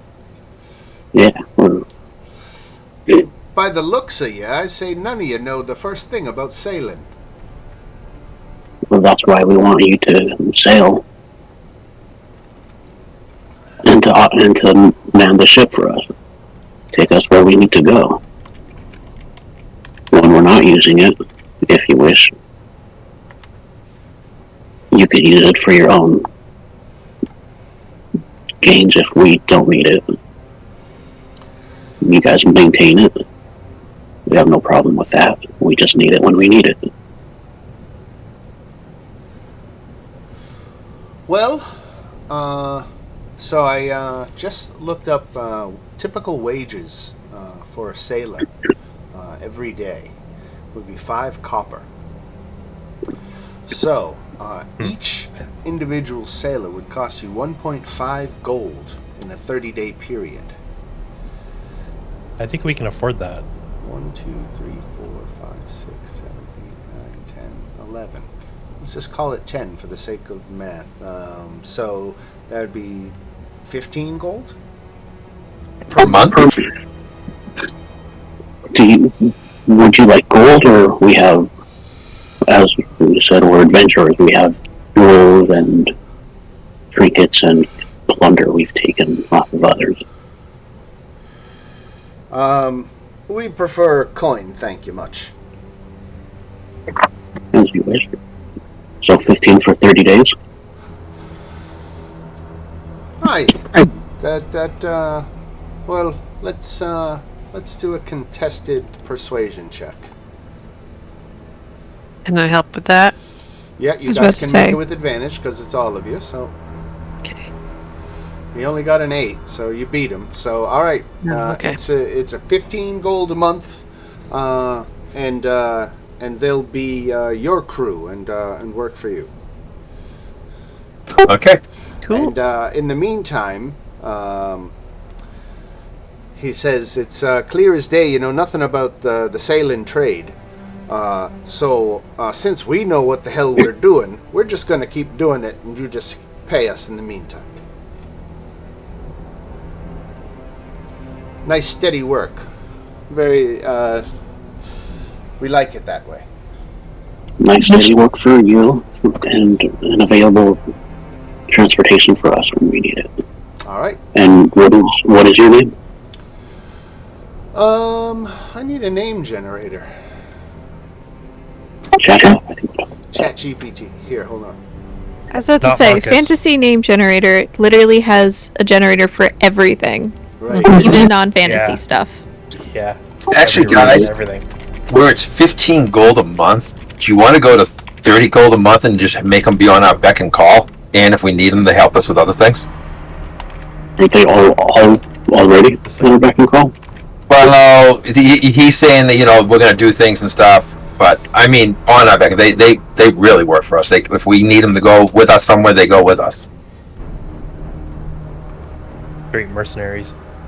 Yes.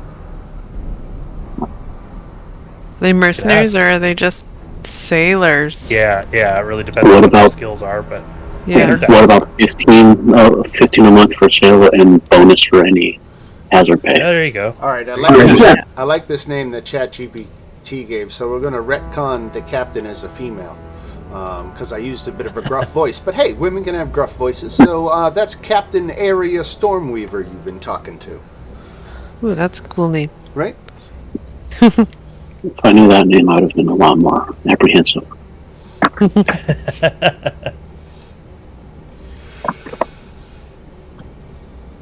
So can we ask Stormweaver about the crew's fighting capabilities and mercenary jobs that they might be interested in?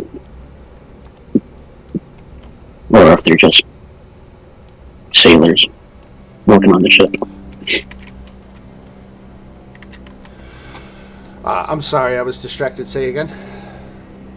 Asking her about any mercenary work that the crew might be interested in, if they're capable of.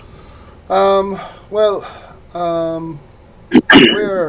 but sailors. We don't care to get, when we're on leave, we like to enjoy our downtime, and we don't get into the instability of an adventurer's lifestyle.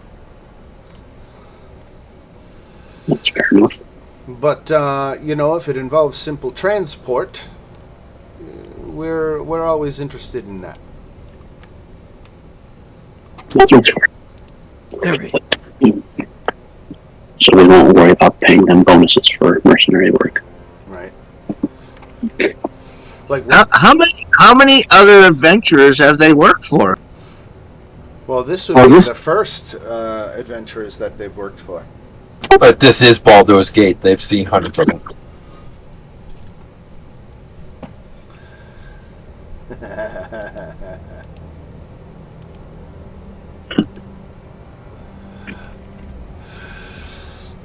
We still got another 54 minutes here. We're not anywhere close to being done yet. Yeah. All right. Off to the lower lantern then, guys? 'Cause it's got to be getting late in the day now, right? Yep. Absolutely. Yeah, I would think. Right? Yeah. Back to the low lantern. I'm kind of hoping to fight those people, but Here, I won't put you back on the deck, but I will point out that you notice on the aft section here, if you guys can see that in your image history. Excuse me, No. not aft. What's the opposite of aft? Bow. That there was a number of dead seagulls littering the deck here. In addition to the two ravens that you see perched. Oh. Yeah, let me come back to that description. Get out of here. who controls the seagull? Those are the ravens that we determined that were the guys. Those are the imps. Right. The Yeah, but the seagull. The ravens are imps in disguise. Would someone be using the seagulls as? No, it's his brother has the imps on the boat watching everything. Yeah, as the ravens, but there's a whole bunch of dead seagulls on the bow, right? Yeah. So where would they be coming from? Well, you can Or make is a that- medicine check against the birds to see if you can ascertain the cause of death.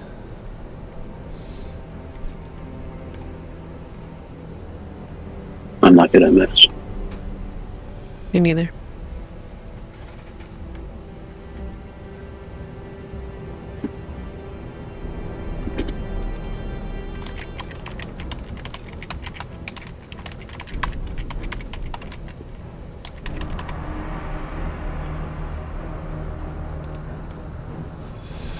All right. Again, you come on to the ship. There's stairs down. You go down through one level here, which is a whole bunch of patrons. Follow another set of stairs down to where we've got all your tokens, and this is where Amric is. The captain of this vessel is Lorelra, and she is a human mage, a middle-aged female. She has a little crab familiar that is always perched on one shoulder, and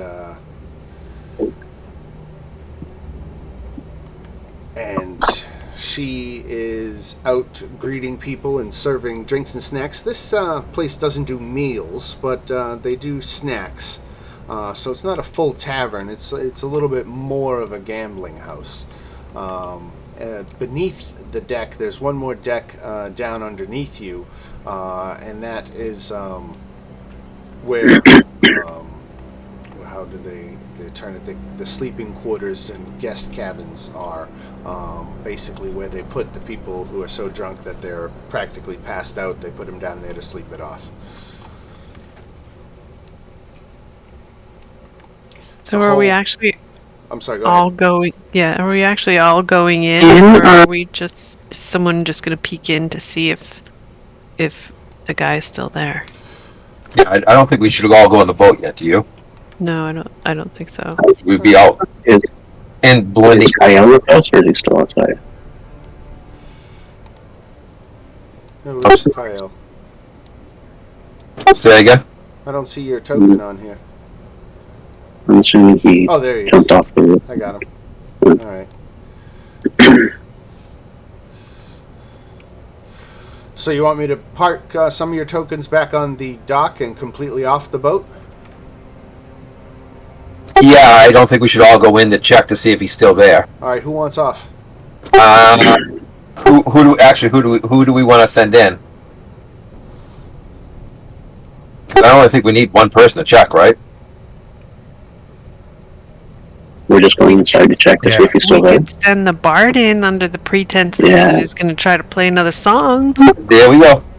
Actually, we could send the bard in. He can go play a song in that floor, just being the bard, and Yeah. try to do the charm thing. And if it doesn't work, just leave. Yeah.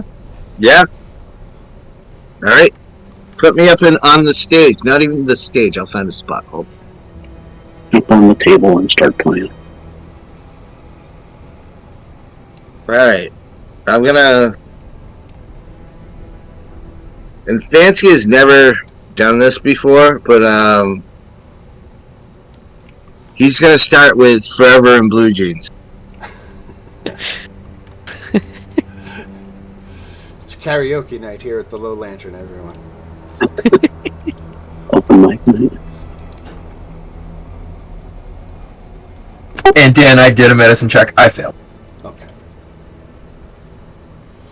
All right. So again, are we all going on board the boat, or are we sending just I think just fancy. Just because Fancy? I think we're just trying to see if he's still there and if he's just still sitting there doing his thing, right? Yeah, and he is. He is totally just doing his moneylender thing. There is people that come sit down, talk to him for a while. Sometimes it seems like most of his business are down on their luck gamblers, people who have can't cover their debts, and so he arranges for them to be able to cover those debts before he himself or his thugs come collecting with interest. What if we went into business with him? We tried that. That's what I tried to do, and he wasn't interested. Well, what was your business suggestion? I asked him if he wanted a partner, and I said that I had clients in the upper town who had lots of money, and he's like, nope.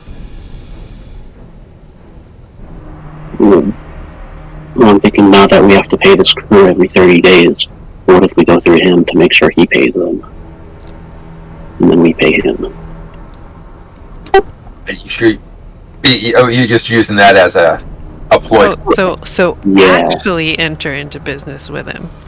Yeah. Not just pretend that we're okay. Yeah. Well, we're still That's pretending. We can't be in business with a guy that's, Well, we probably won't be for long because Yeah, we're going to take exactly. him down. But It'll give us an open for further dialogue and build trust. And Sorry, I just remembered this. Did we ever report about the Colts? Yeah. Did we ever cover that? Yeah, we did. We did. Okay. So we no longer have our flaming fist But you badges. did not report the connection to the Van Thampers, did you? Or did you? And he Did not. we did not. okay. I still have my badge. Good memory on you. I think I like that idea. I think we should actually go into business with him to get him to trust us and stuff. You want us to give Fancy his chance to charm him out of the building before We could try that first.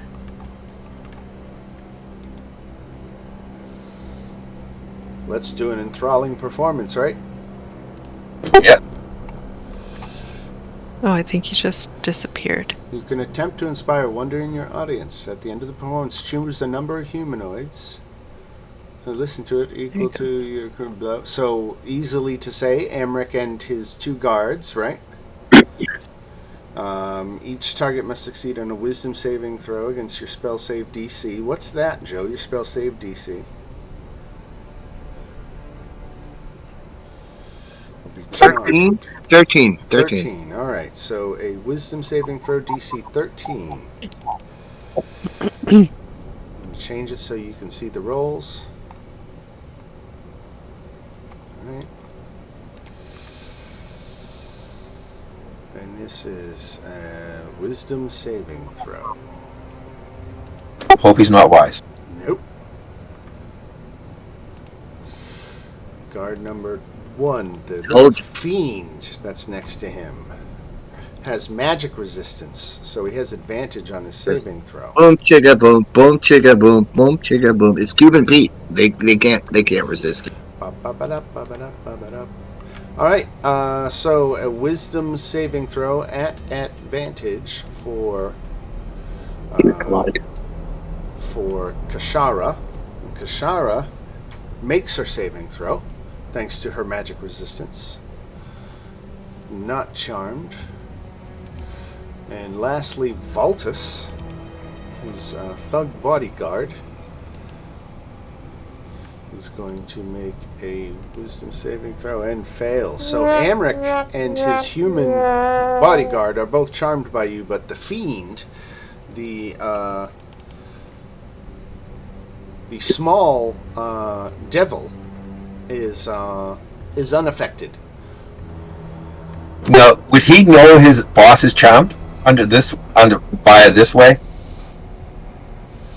He's he's got good wisdom and good intelligence. Not great intelligence, but certainly, human intelligence.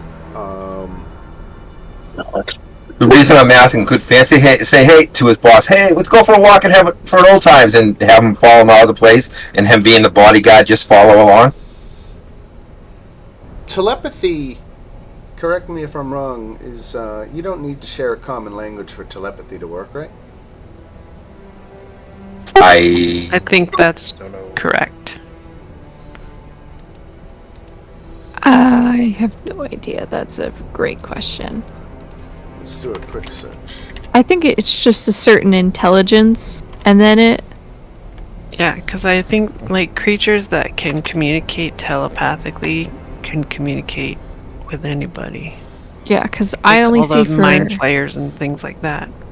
That's a good point. I see for my telepathic speech, it just says one creature I can see within 30 feet, so I assume it's as long as it has some sort of intelligence. Right. So the 8th level spell called telepathy says you and target can instantly share words, images, sounds, and other sensory images with one another through the link, and the target recognizes you as the creature communicating with the spell. So it doesn't say anything about language, but it also says an intelligence score of at least 1 to understand the meaning of your words and take in the scope of any sensory image. So it's non-verbal communication, telepathy. He has a he has a link with that. If animal or creature telepathy works the same as the 8th level spell of the same name, that should be how it works. So the Spine Devil is not charmed, and I'm going to say with his intelligence and telepathy and all that, he has recognized that his boss and the thug are charmed, so he's going to intercede and try to get you to leave. Or is he? I mean, I guess he's got to... Amric has got to see if he can put his foot down. If he's a familiar type, he can't do anything without command. Right. And that's why I'm going to see Amric is charmed. So he tells Kashara to stand down. Kashara is trying to get Amric to snap out of it, but is unable to do so. And Amric is just so enthralled with Fancy and his performance that he just thinks this is the best entertainment to hit the Low Lantern since he can remember. And he wants to talk to you about setting up a regular gig. Fancy, tell him you have another gig so you can talk on the way. Have him come with you.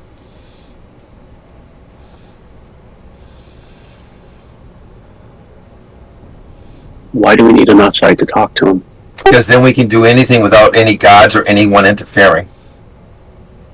That makes sense.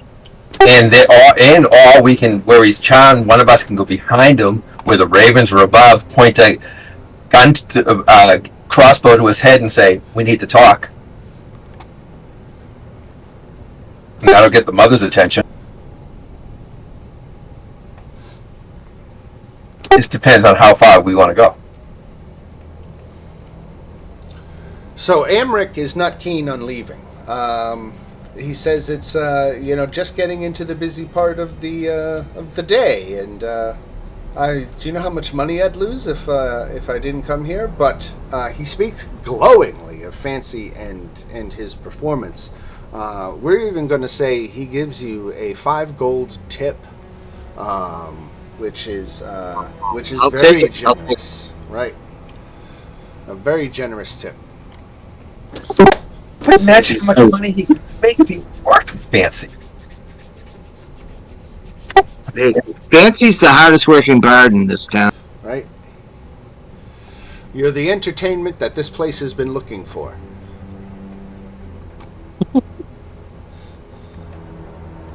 So we're not going to get him outside, so we either have to do something inside or that's it.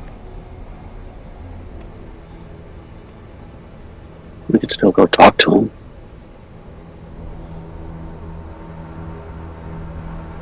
Yeah, so maybe now we do the plan where we actually do business with him.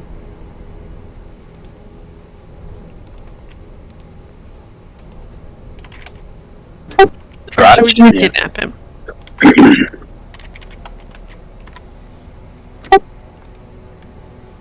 I'll let you guys. Business route.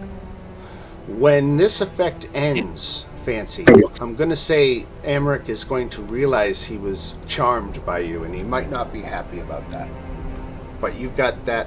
You don't have to worry about that for another hour. Then we have to get him out of there. All right, we got to make a move then. Fancy could come out to us, tell us, and he wouldn't break charm, right? It's not a line of sight thing, right? No. Do we need him to do anything? Otherwise, we're gonna have to like go. Well, I was saying you probably should come out and get us because we're gonna have to do something now, don't you think, guys? Probably, because then he's gonna know that he's been charmed. Yeah, and going into business with him is not gonna work Yeah. unless we can talk and they come looking at the boat to seal the deal. Then he'll be off the boat. We can do it. All right. But is he really going to want to leave during business? But what if we go back during the day when it's less busy? We have 1 hour before this charm wears off, and he knows that he's been charmed. We got a full tank of gas, half a pack of cigarettes, 3 hours to Chicago. Hit it. All right. So, Fancy, you've got this guy charmed. He's still hesitant to go outside. This is still his place of business. But he desperately wants you to stay and play some more. He understands you musicians need a break. So if you want to go outside and smoke a cigarette or something, that's completely understandable. But he definitely wants you to keep playing. He wants you to play, a regular gig here.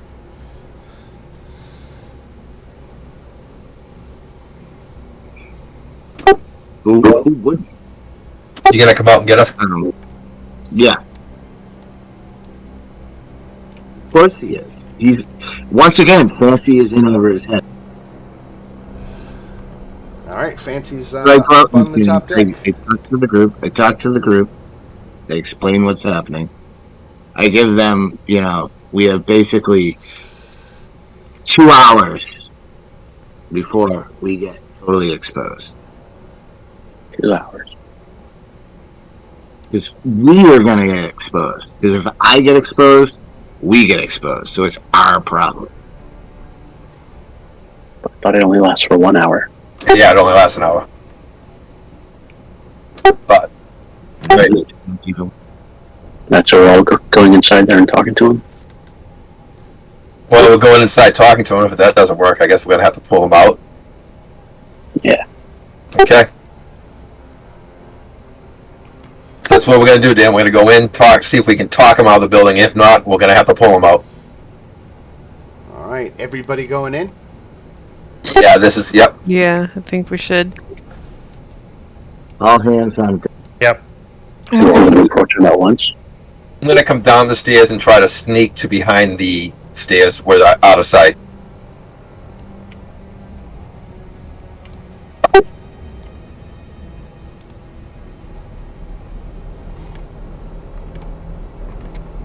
So Amric is very excited to see Fancy return and says play another hit. Alright, fine. I play Hey Jealousy by the Gin Blossoms. Underwhelming selection.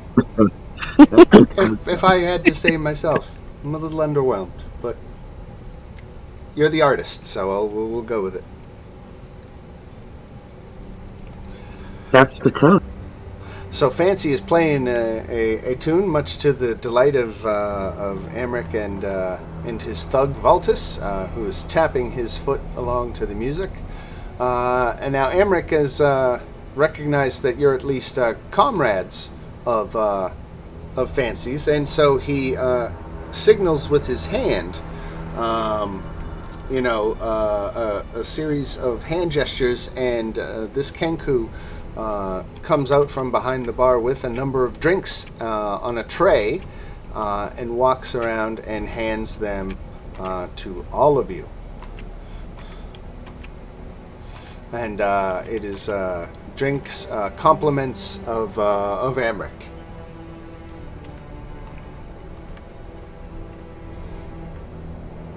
I grab the glass and say thank you.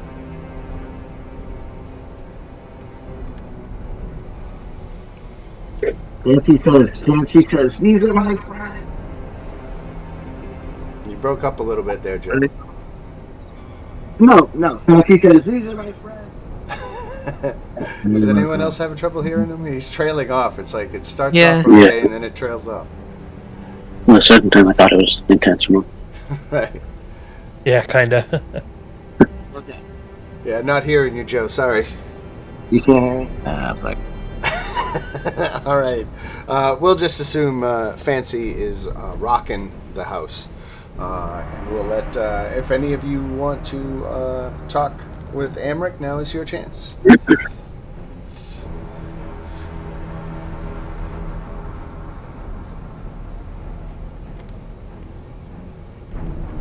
So then, what are we going to talk about?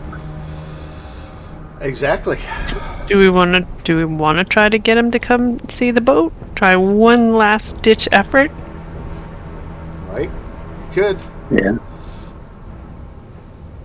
He could help us finance our overseas adventures.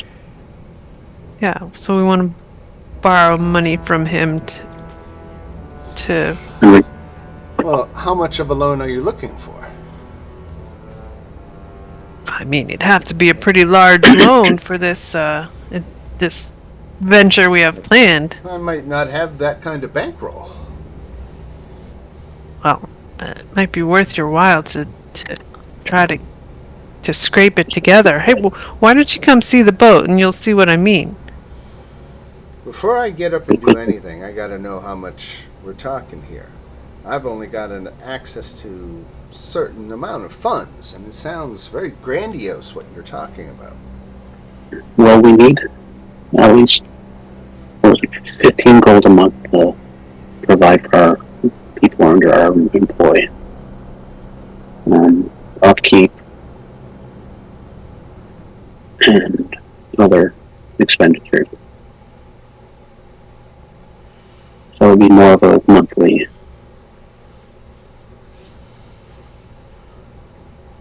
Ongoing payment thing. All right, how much? Or we can How much pay per ahead of time. month? How much per month are we talking?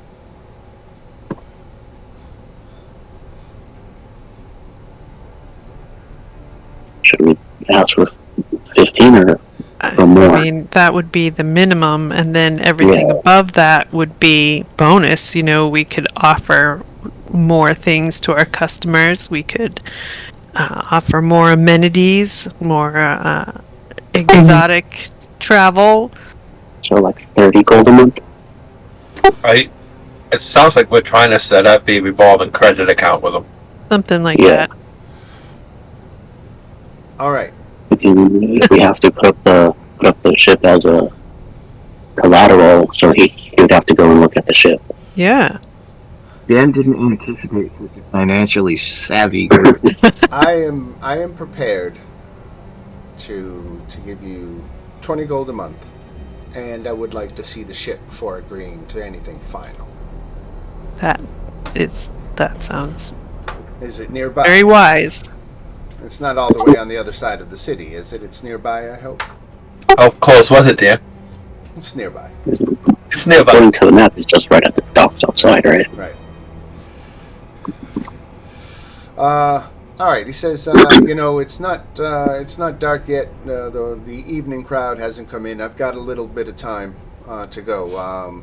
Kashara, his spine devil, objects and actually gets a little hissy fit about it. And, Isn't that one charmed? no, That's it's the Valtus. Okay. So Amric orders Kashara to stay behind because she's being so rude, and Amric does follow you up and out and down, and he's got Valtus with him.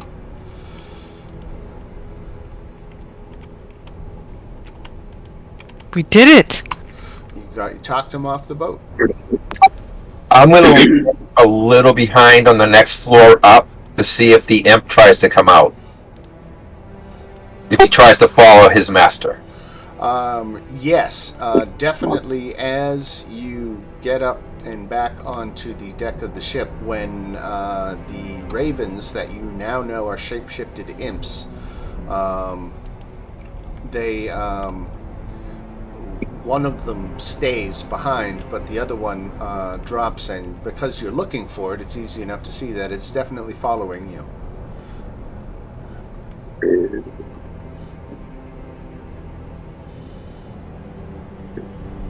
Oh, and you bump into somebody as you are getting off the boat. A cloaked figure approaches, armor clanking with each step. One gloved hand rests on the hilt of a longsword, and the other pulls back a cowl to reveal the face of a teenager with brown skin, red hair, and a haunting gaze. The figure is someone you know. She is Rhea Mantlemorn. She is a Hell Rider out of Elturel, and you actually had worked with her when you were investigating the cult activity outside of Elturel right before it was pulled down into Hell. All right. You also know that the Flaming Fist have been arresting Hell Riders on sight because they are worried that something that they did is related to the destruction of Elturel, or that they're just here to cause chaos and an unrest in Baldur's Gate. So she is definitely trying to conceal the fact that she is an Elturel Hellrider. But Is she going for him or for us? for you, she recognized you and immediately approached you. You had worked together well before, and she kind of catches you up on what happened after you parted at the crater where the city of Elturel once stood. She gathered up a group of refugees and started leading them to Baldur's Gate. Now, before the Flaming Fist closed the city gates, Rhea and a handful of others managed to sneak inside, but they didn't get far before a group of Flaming Fist soldiers confronted them. The refugees scattered, and Rhea soon found herself cornered by a Flaming Fist's thug. She wounded the soldier with her longsword, fled down an alley, and stole a cloak to better conceal her armor and weapons. She's been a wanted fugitive ever since. Let's take her to the boat and hide her there. Does she give off an impression that she knows who Amric is? No, she does not give any indication that she knows who Amric is. Nope. Do we want to put one of us have her pull her aside and tell her about the boat and tell her to meet us there so she doesn't have to travel with this guy? Actually, you know what? Strike what I just said. She does know that Amric is there, and she was actually here for similar reasons as you. Well, you definitely keep them separated. Right. Have someone pull her aside and tell her to meet us at the boat later on. I'll break off. If she wants to talk to us. I'll break off and grab her because I can help arrange if things go sideways. So Rhea wants to accompany you. She says that she has important information to share with you. So she asks if she can walk with you as you're going to lead Amric to inspect the ship. Now she says, "What are you doing with Amric Van Thamper?" I pull her back to 60 feet and do I tell you guys, do we trust her? Do we tell her everything or just tell her we're going into a business deal?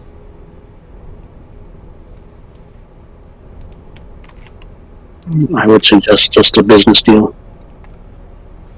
Or we're following up a lead or something. I'll go Not with to everything, but I'll just say we're following up the thinking of her and she's looking for him. She might think worse of us. yeah. I'm gonna say we're just following up on a lead for right now. Yeah, and also, like, if we're in the middle of trying to do this with this guy, Do we really want like a wanted person hanging around with us? That's why. Yeah, Yeah, I I like like- the idea of you Yeah. saying meet us there later. No, you can't walk with us. I'm going to break off and walk like 120 feet behind us with her. Yeah. Yeah, make sure she. Yeah. And you're a flaming fist, so it actually might not draw extra attention to her. You might even be able to say she's in your custody or something if someone questioned you. Hide in plain sight. Right. So Rhea says she has important things to discuss with you, but she understands it can wait for now. And in the meantime, you all go towards the ship, right? Yeah. All right. So Rhea tagged along with Kael, who's fallen a little bit back, right? We've got Amric Van Thamper and his guard Valtus coming up now, and he looks at the ship and says, "What a piece of crap! This thing's barely seaworthy. I don't want to invest in this. I thought you had a ship." I look at, what's her name, Ray? I said, hold on to your socks. It might get fun. I say, well, we. No, go ahead. No, I was just going to say that we need, part of the reason why we need funding for our business ventures, we need to make upgrades and improvements, and we're hoping this is just the first in a fleet of ships. But we want to start small. And try to convince them that it's an advantageous business proposition. Right. Need some tender loving care. He says, I'll go along with it only under one condition. Fancy What signs an condition? exclusive contract to perform at the Low Lantern 5 nights a week. For 30 gold a week.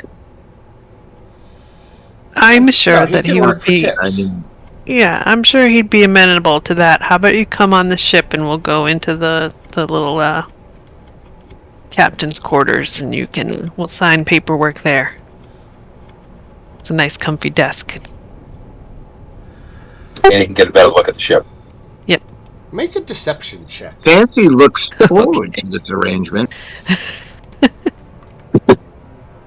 I'm going to guide her on that.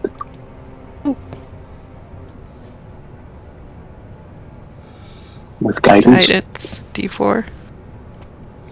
Tie, 18-18. He says, we don't need paperwork for this, just a gentleman's agreement will do. Why do you want to get me on the ship so badly? Because I'm not a gentleman.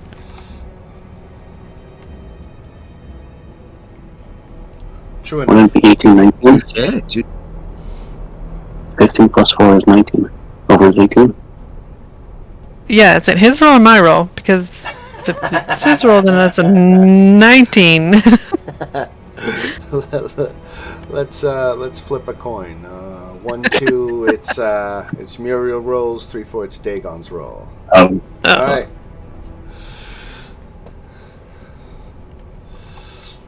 A stalemate.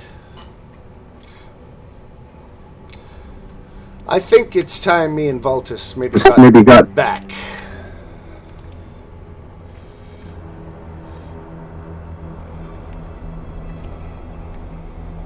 We're not going to let him leave, right? This is getting. We're not going to let him leave.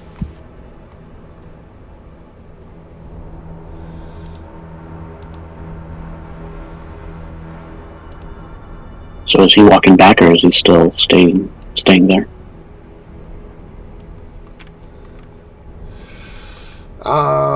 He's turning to leave. If he walks more than 10 feet in my direction, I'm dropping his bodyguard.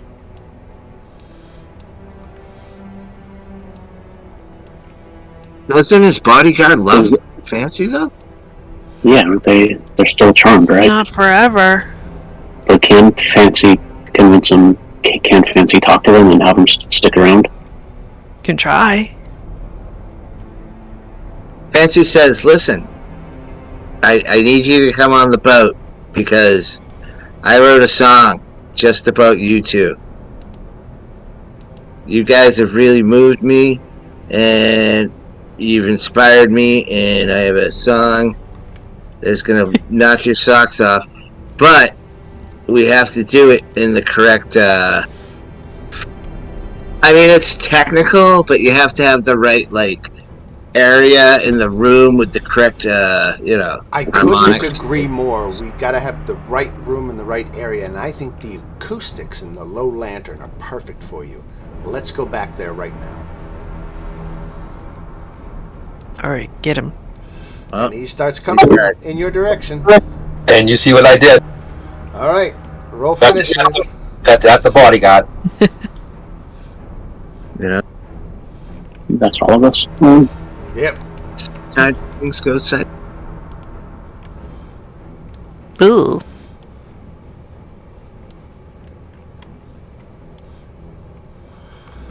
I'm like the worst initiative roller ever. No, Marcus is. Oh, you got Rhea on your side. Let's not forget Rhea. So, I see Marcus, Muriel, Fancy, Dagon, and Kyle. Who are we missing? Salim. Oh, we all rolled low. Poor Rhea, she's walking along with me, and all of a sudden she sees me just fire off a shot. Don't mind me, I'm just shooting Yeah, people. I just rolled, but it's showing up as 0. Oh, there it is. Thank you. All right. Getting the first shot, he sees you cocking your bow. It's a heavy crossbow, right? He sees that, and he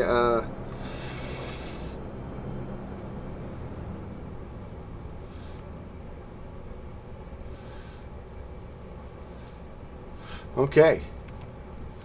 Let me change it so we can see his rolls. Okay, we're all covered there. Amric is stepping directly up on Rhea Mantlemorn and going to attack her. He makes 3 dagger attacks. Rhea? Yep. Stabby, stabby, stabby. And she's armor class 17, so miss, miss, miss. I have my own personal meat shield. Right? Then she goes, let's see, he went 5, 10, 15, 20, 25, 30. So Rhea and Kyle get up attacks. I can use my crossbow, right? I think an op attack is... Can an op attack be a crossbow? I think so. No? Maybe it's a melee It should be. attack only? I think it can be either, but it would be considered a melee attack, so you'd have disadvantage. Or close range attack.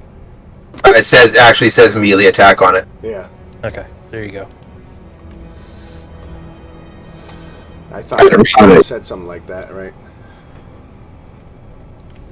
Alright, so Rhea is taking her shot with her heavy crossbow. Ooh, and she hits for 4 damage. Kyle misses.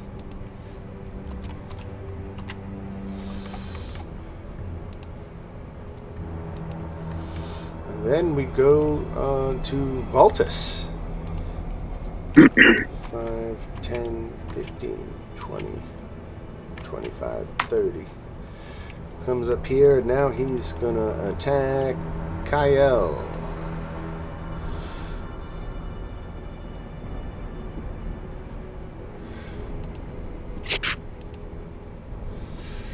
Two misses, right? I take 7. Okay. 15 hit for 7. That is my AC. Now you get to go.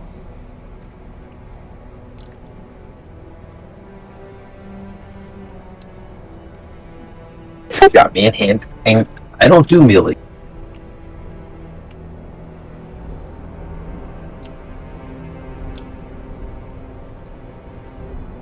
$17 just hits.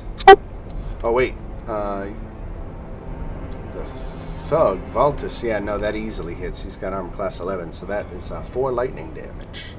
That also makes he can't take an op attack. All right. Salim. Okay, first and foremost, how far are friends here? Okay, 30 feet. I'm gonna take a step forward and I'm gonna cast Mind Sliver at Emmerich? Emmerich, yes. Is that going to make him run away? No, that's dissonant whispers. Okay. Yeah. No, that'll give him the 1d6 disadvantage. Ooh, I mean the 1d4 from his next saving throw. he just made his save. Okay. Half damage on that, or? It's a cantrip, So so the target succeeds saving throw. Okay, no. So I was just trying to give him the disadvantage so it doesn't look like anything applies. Got it. All right. Dagon. Alright.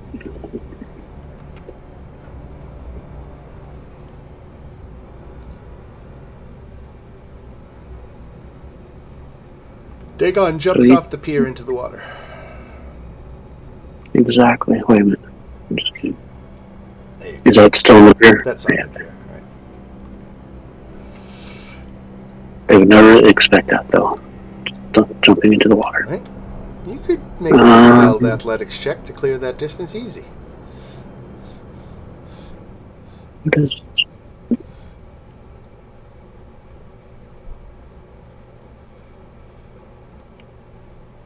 I want him to use my command again, but it's such a low wisdom.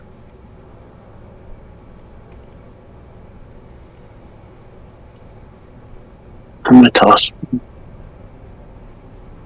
Hit Amric with a javelin. Okay.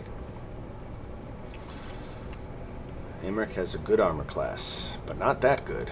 4 piercing damage.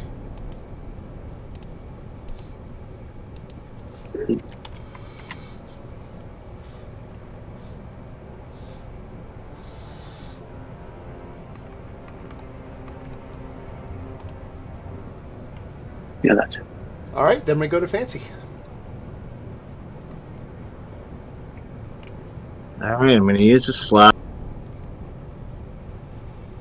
I'm going to cast Hideous Laughter on him. On Emmerich? Yeah. I'm interested to see what... He had a good saving throw. Yeah, I think that's a wasted spell. Right.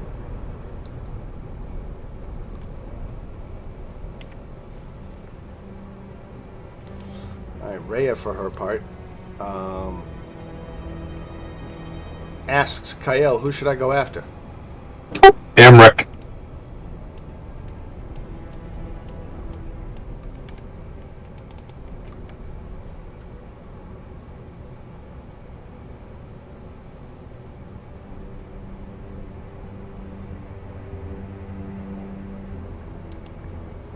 She's got a long sword and a short sword. She makes 2 attacks with the long sword, hits with the second. 1 attack with the short misses, so she hits for a total of 4 damage. Alright, Muriel. Alright, I think I'm gonna use my movement and then I'm gonna bonus action dash because I kind of want to get sort of like down here. Is this actually a wall? Are they on like a street? That's like beyond the edge of the border here is the street, right?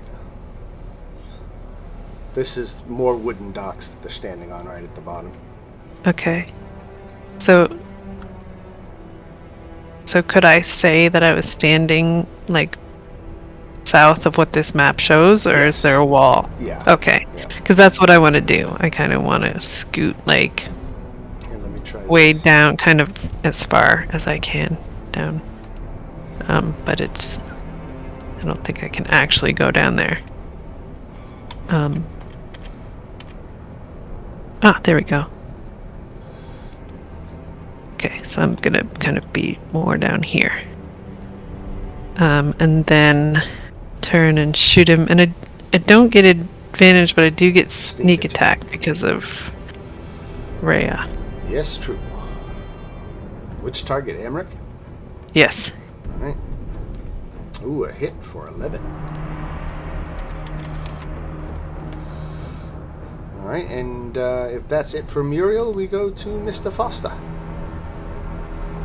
All right. Looks like everyone is mostly good except for Kale has a little bit of hit points gone, but you're still good, right? I'm fine right now. Yeah, that's what I thought. Okay. And I do have a cure wounds in the kitty. Cool. Okay. I'm gonna move in, and I'm just gonna Sacred Flame on Amric.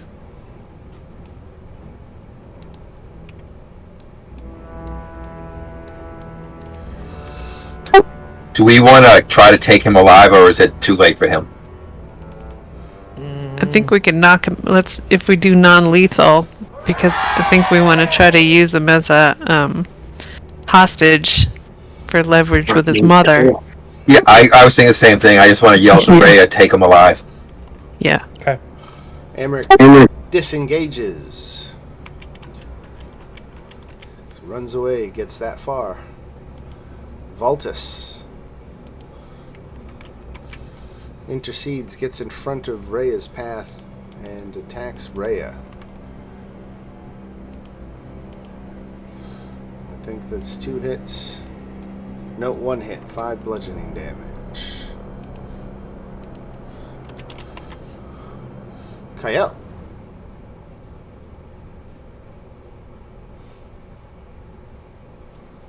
Actually, wait, I'm going to change that up.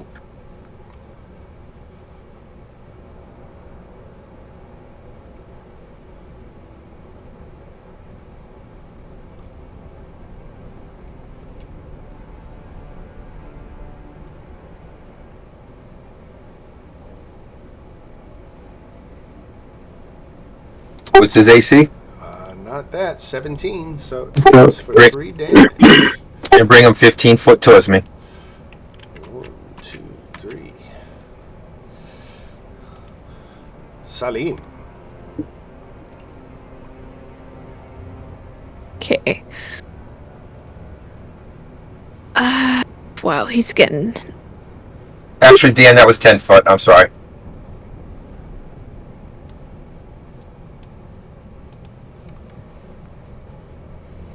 Okay. Should I use my 2nd level spell to cast Hold Person on him? I think this is a good time to do that. Might be. Can't take it home with you. That's true. Yeah, as long as he's within 60 feet. Okay. I'm gonna. Fingers crossed, everyone. Alright, wisdom save. He's +2 to wisdom. He is held. What happens when he gets held? Awesome. I'll put it in the chat. Alright, he is paralyzed. Maybe it's the best thing ever. Oh, no. Alright, and I'm gonna For a minute.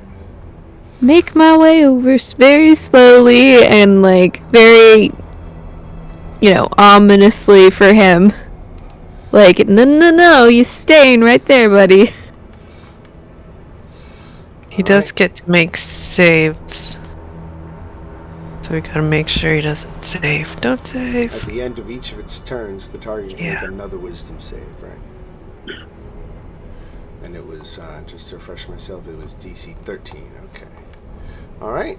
Salim with a magic word to stop Amric in his tracks. Dagon. I'm going to double move and come around here.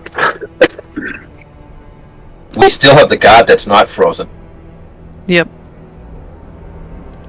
Fancy schmancy. All right. Okay. Are you talking about Vitalis? Yes. Voltus? Who's that next to Voltus? Rhea Mantlemore, Oh, yeah. Oh, okay. the teenage Hellrider. So. I'm gonna viciously mock this guy. Muck away. Is that a wisdom save? Oh, not very Tis. good one. I think he's been mocked. What happens to him? What did you expect? His self-esteem is destroyed. Ooh, one One of the best second. mockers. And what's the secondary effect of that? He gets like minus on a saving throw or an attack roll or Disadvantage on attack roll. disadvantage on attack roll. Okay. Rhea is going to go after Mr. Veteran. Or Mr. Thug, I should say, armor class 11. There's 2 hits for 11 damage.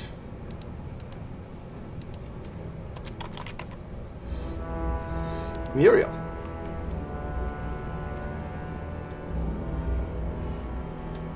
All right. Muriel's gonna.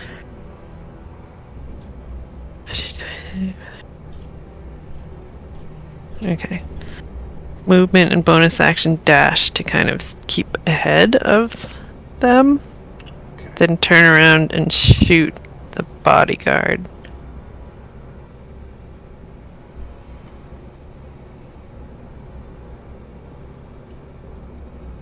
A hit for 14 damage. Nice.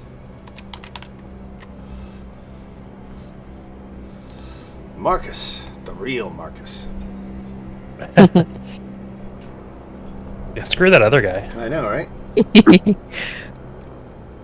Yeah, I'm a little too far away. Amric. Let's see.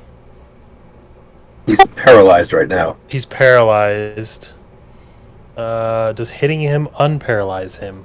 Nope. As a matter of fact, attack rolls against the creature have advantage, and any attack that hits is a critical hit if you're within 5 feet of him. Alright. Not attacking, I'm Sacred Flaming, but He has automatically fails strength and dex saving throws. So we are killing him. What if we just knock him out? no, I was just gonna try to do some more Yeah, I damage think to him. we. What about the other guy? Are we trying to We're trying to take out the. No, I was going to take the bodyguard out. Then dump him in Okay. the water. I think we Yeah, should okay. knock Amric unconscious. We don't like if you specify non-lethal. Doesn't that mean that He's paralyzed. Just tie him up. we're not going to kill Yeah, him? Yep. I just don't think I can do non-lethal with spell. But Yeah, what sure I'm you gonna Oh do is yeah, I'm I gonna don't hit- think you can do. I think you can. Magic. I think I you can can knock make him out. anything Oh, can you? non-lethal. I think. No. Yeah, If you want to use your spell, just attack Voltus. Yeah, but I'm just gonna go for Voltus. But for whoever is near him, maybe just he's paralyzed. Just tie him up. yeah. Then we don't even have to keep with doing combat, really. Yeah. So I'll Sacred Flame Voltus. Okay, dexterity saving throw. He failed. 8 points of radiant damage. Down goes Voltus. Excellent.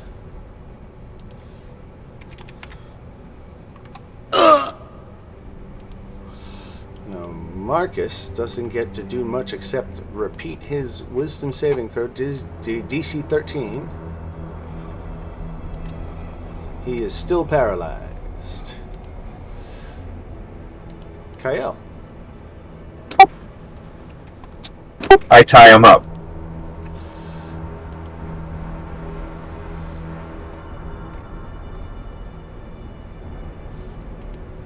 Alright, so now he's restrained. And I'm going to throw him over my shoulder and take him to the boat. Alright. And I think we can effectively say we're out of combat at this point. Does Voltus have anything on him? Voltus had leather armor, a mace, and a heavy crossbow. Anybody want those? We should take them. Make it look like a robbery. and then toss the body over. You say mace and crossbow? A mace and a heavy crossbow, right? He's gonna have a crossbow. Leather, leather Any armor. chance that mace is magic?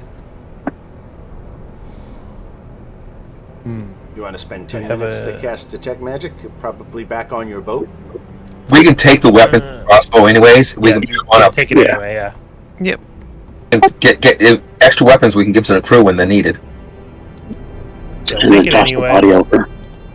I actually don't have detect magic, so someone else would have to do it. But either way, I can ritually cast it. yeah, okay, perfect. Well, actually, let me make sure I'm Are we talking. going to rest in the? But the short answer is no, non-magical. All right, then I don't really care. Right. I'm going to let you chase your own tail on Yeah. that one for 5 Yeah. minutes just until you Yeah. know. Yeah.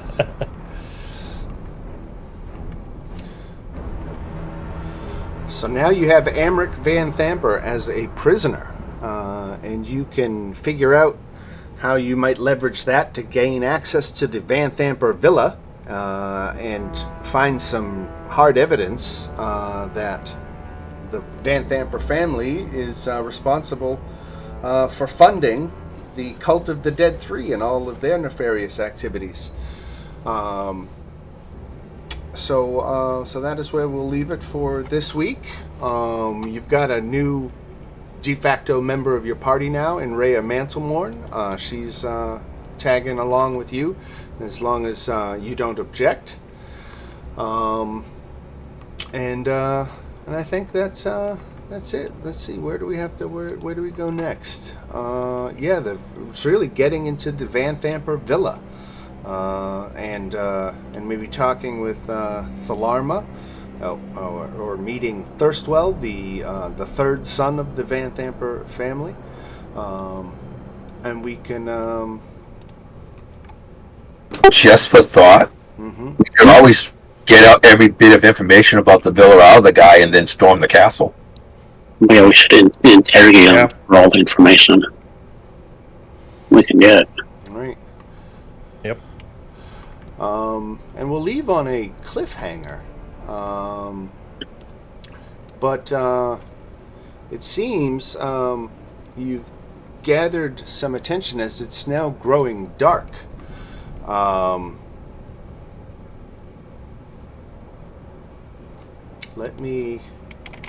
Coming down the dock in your direction.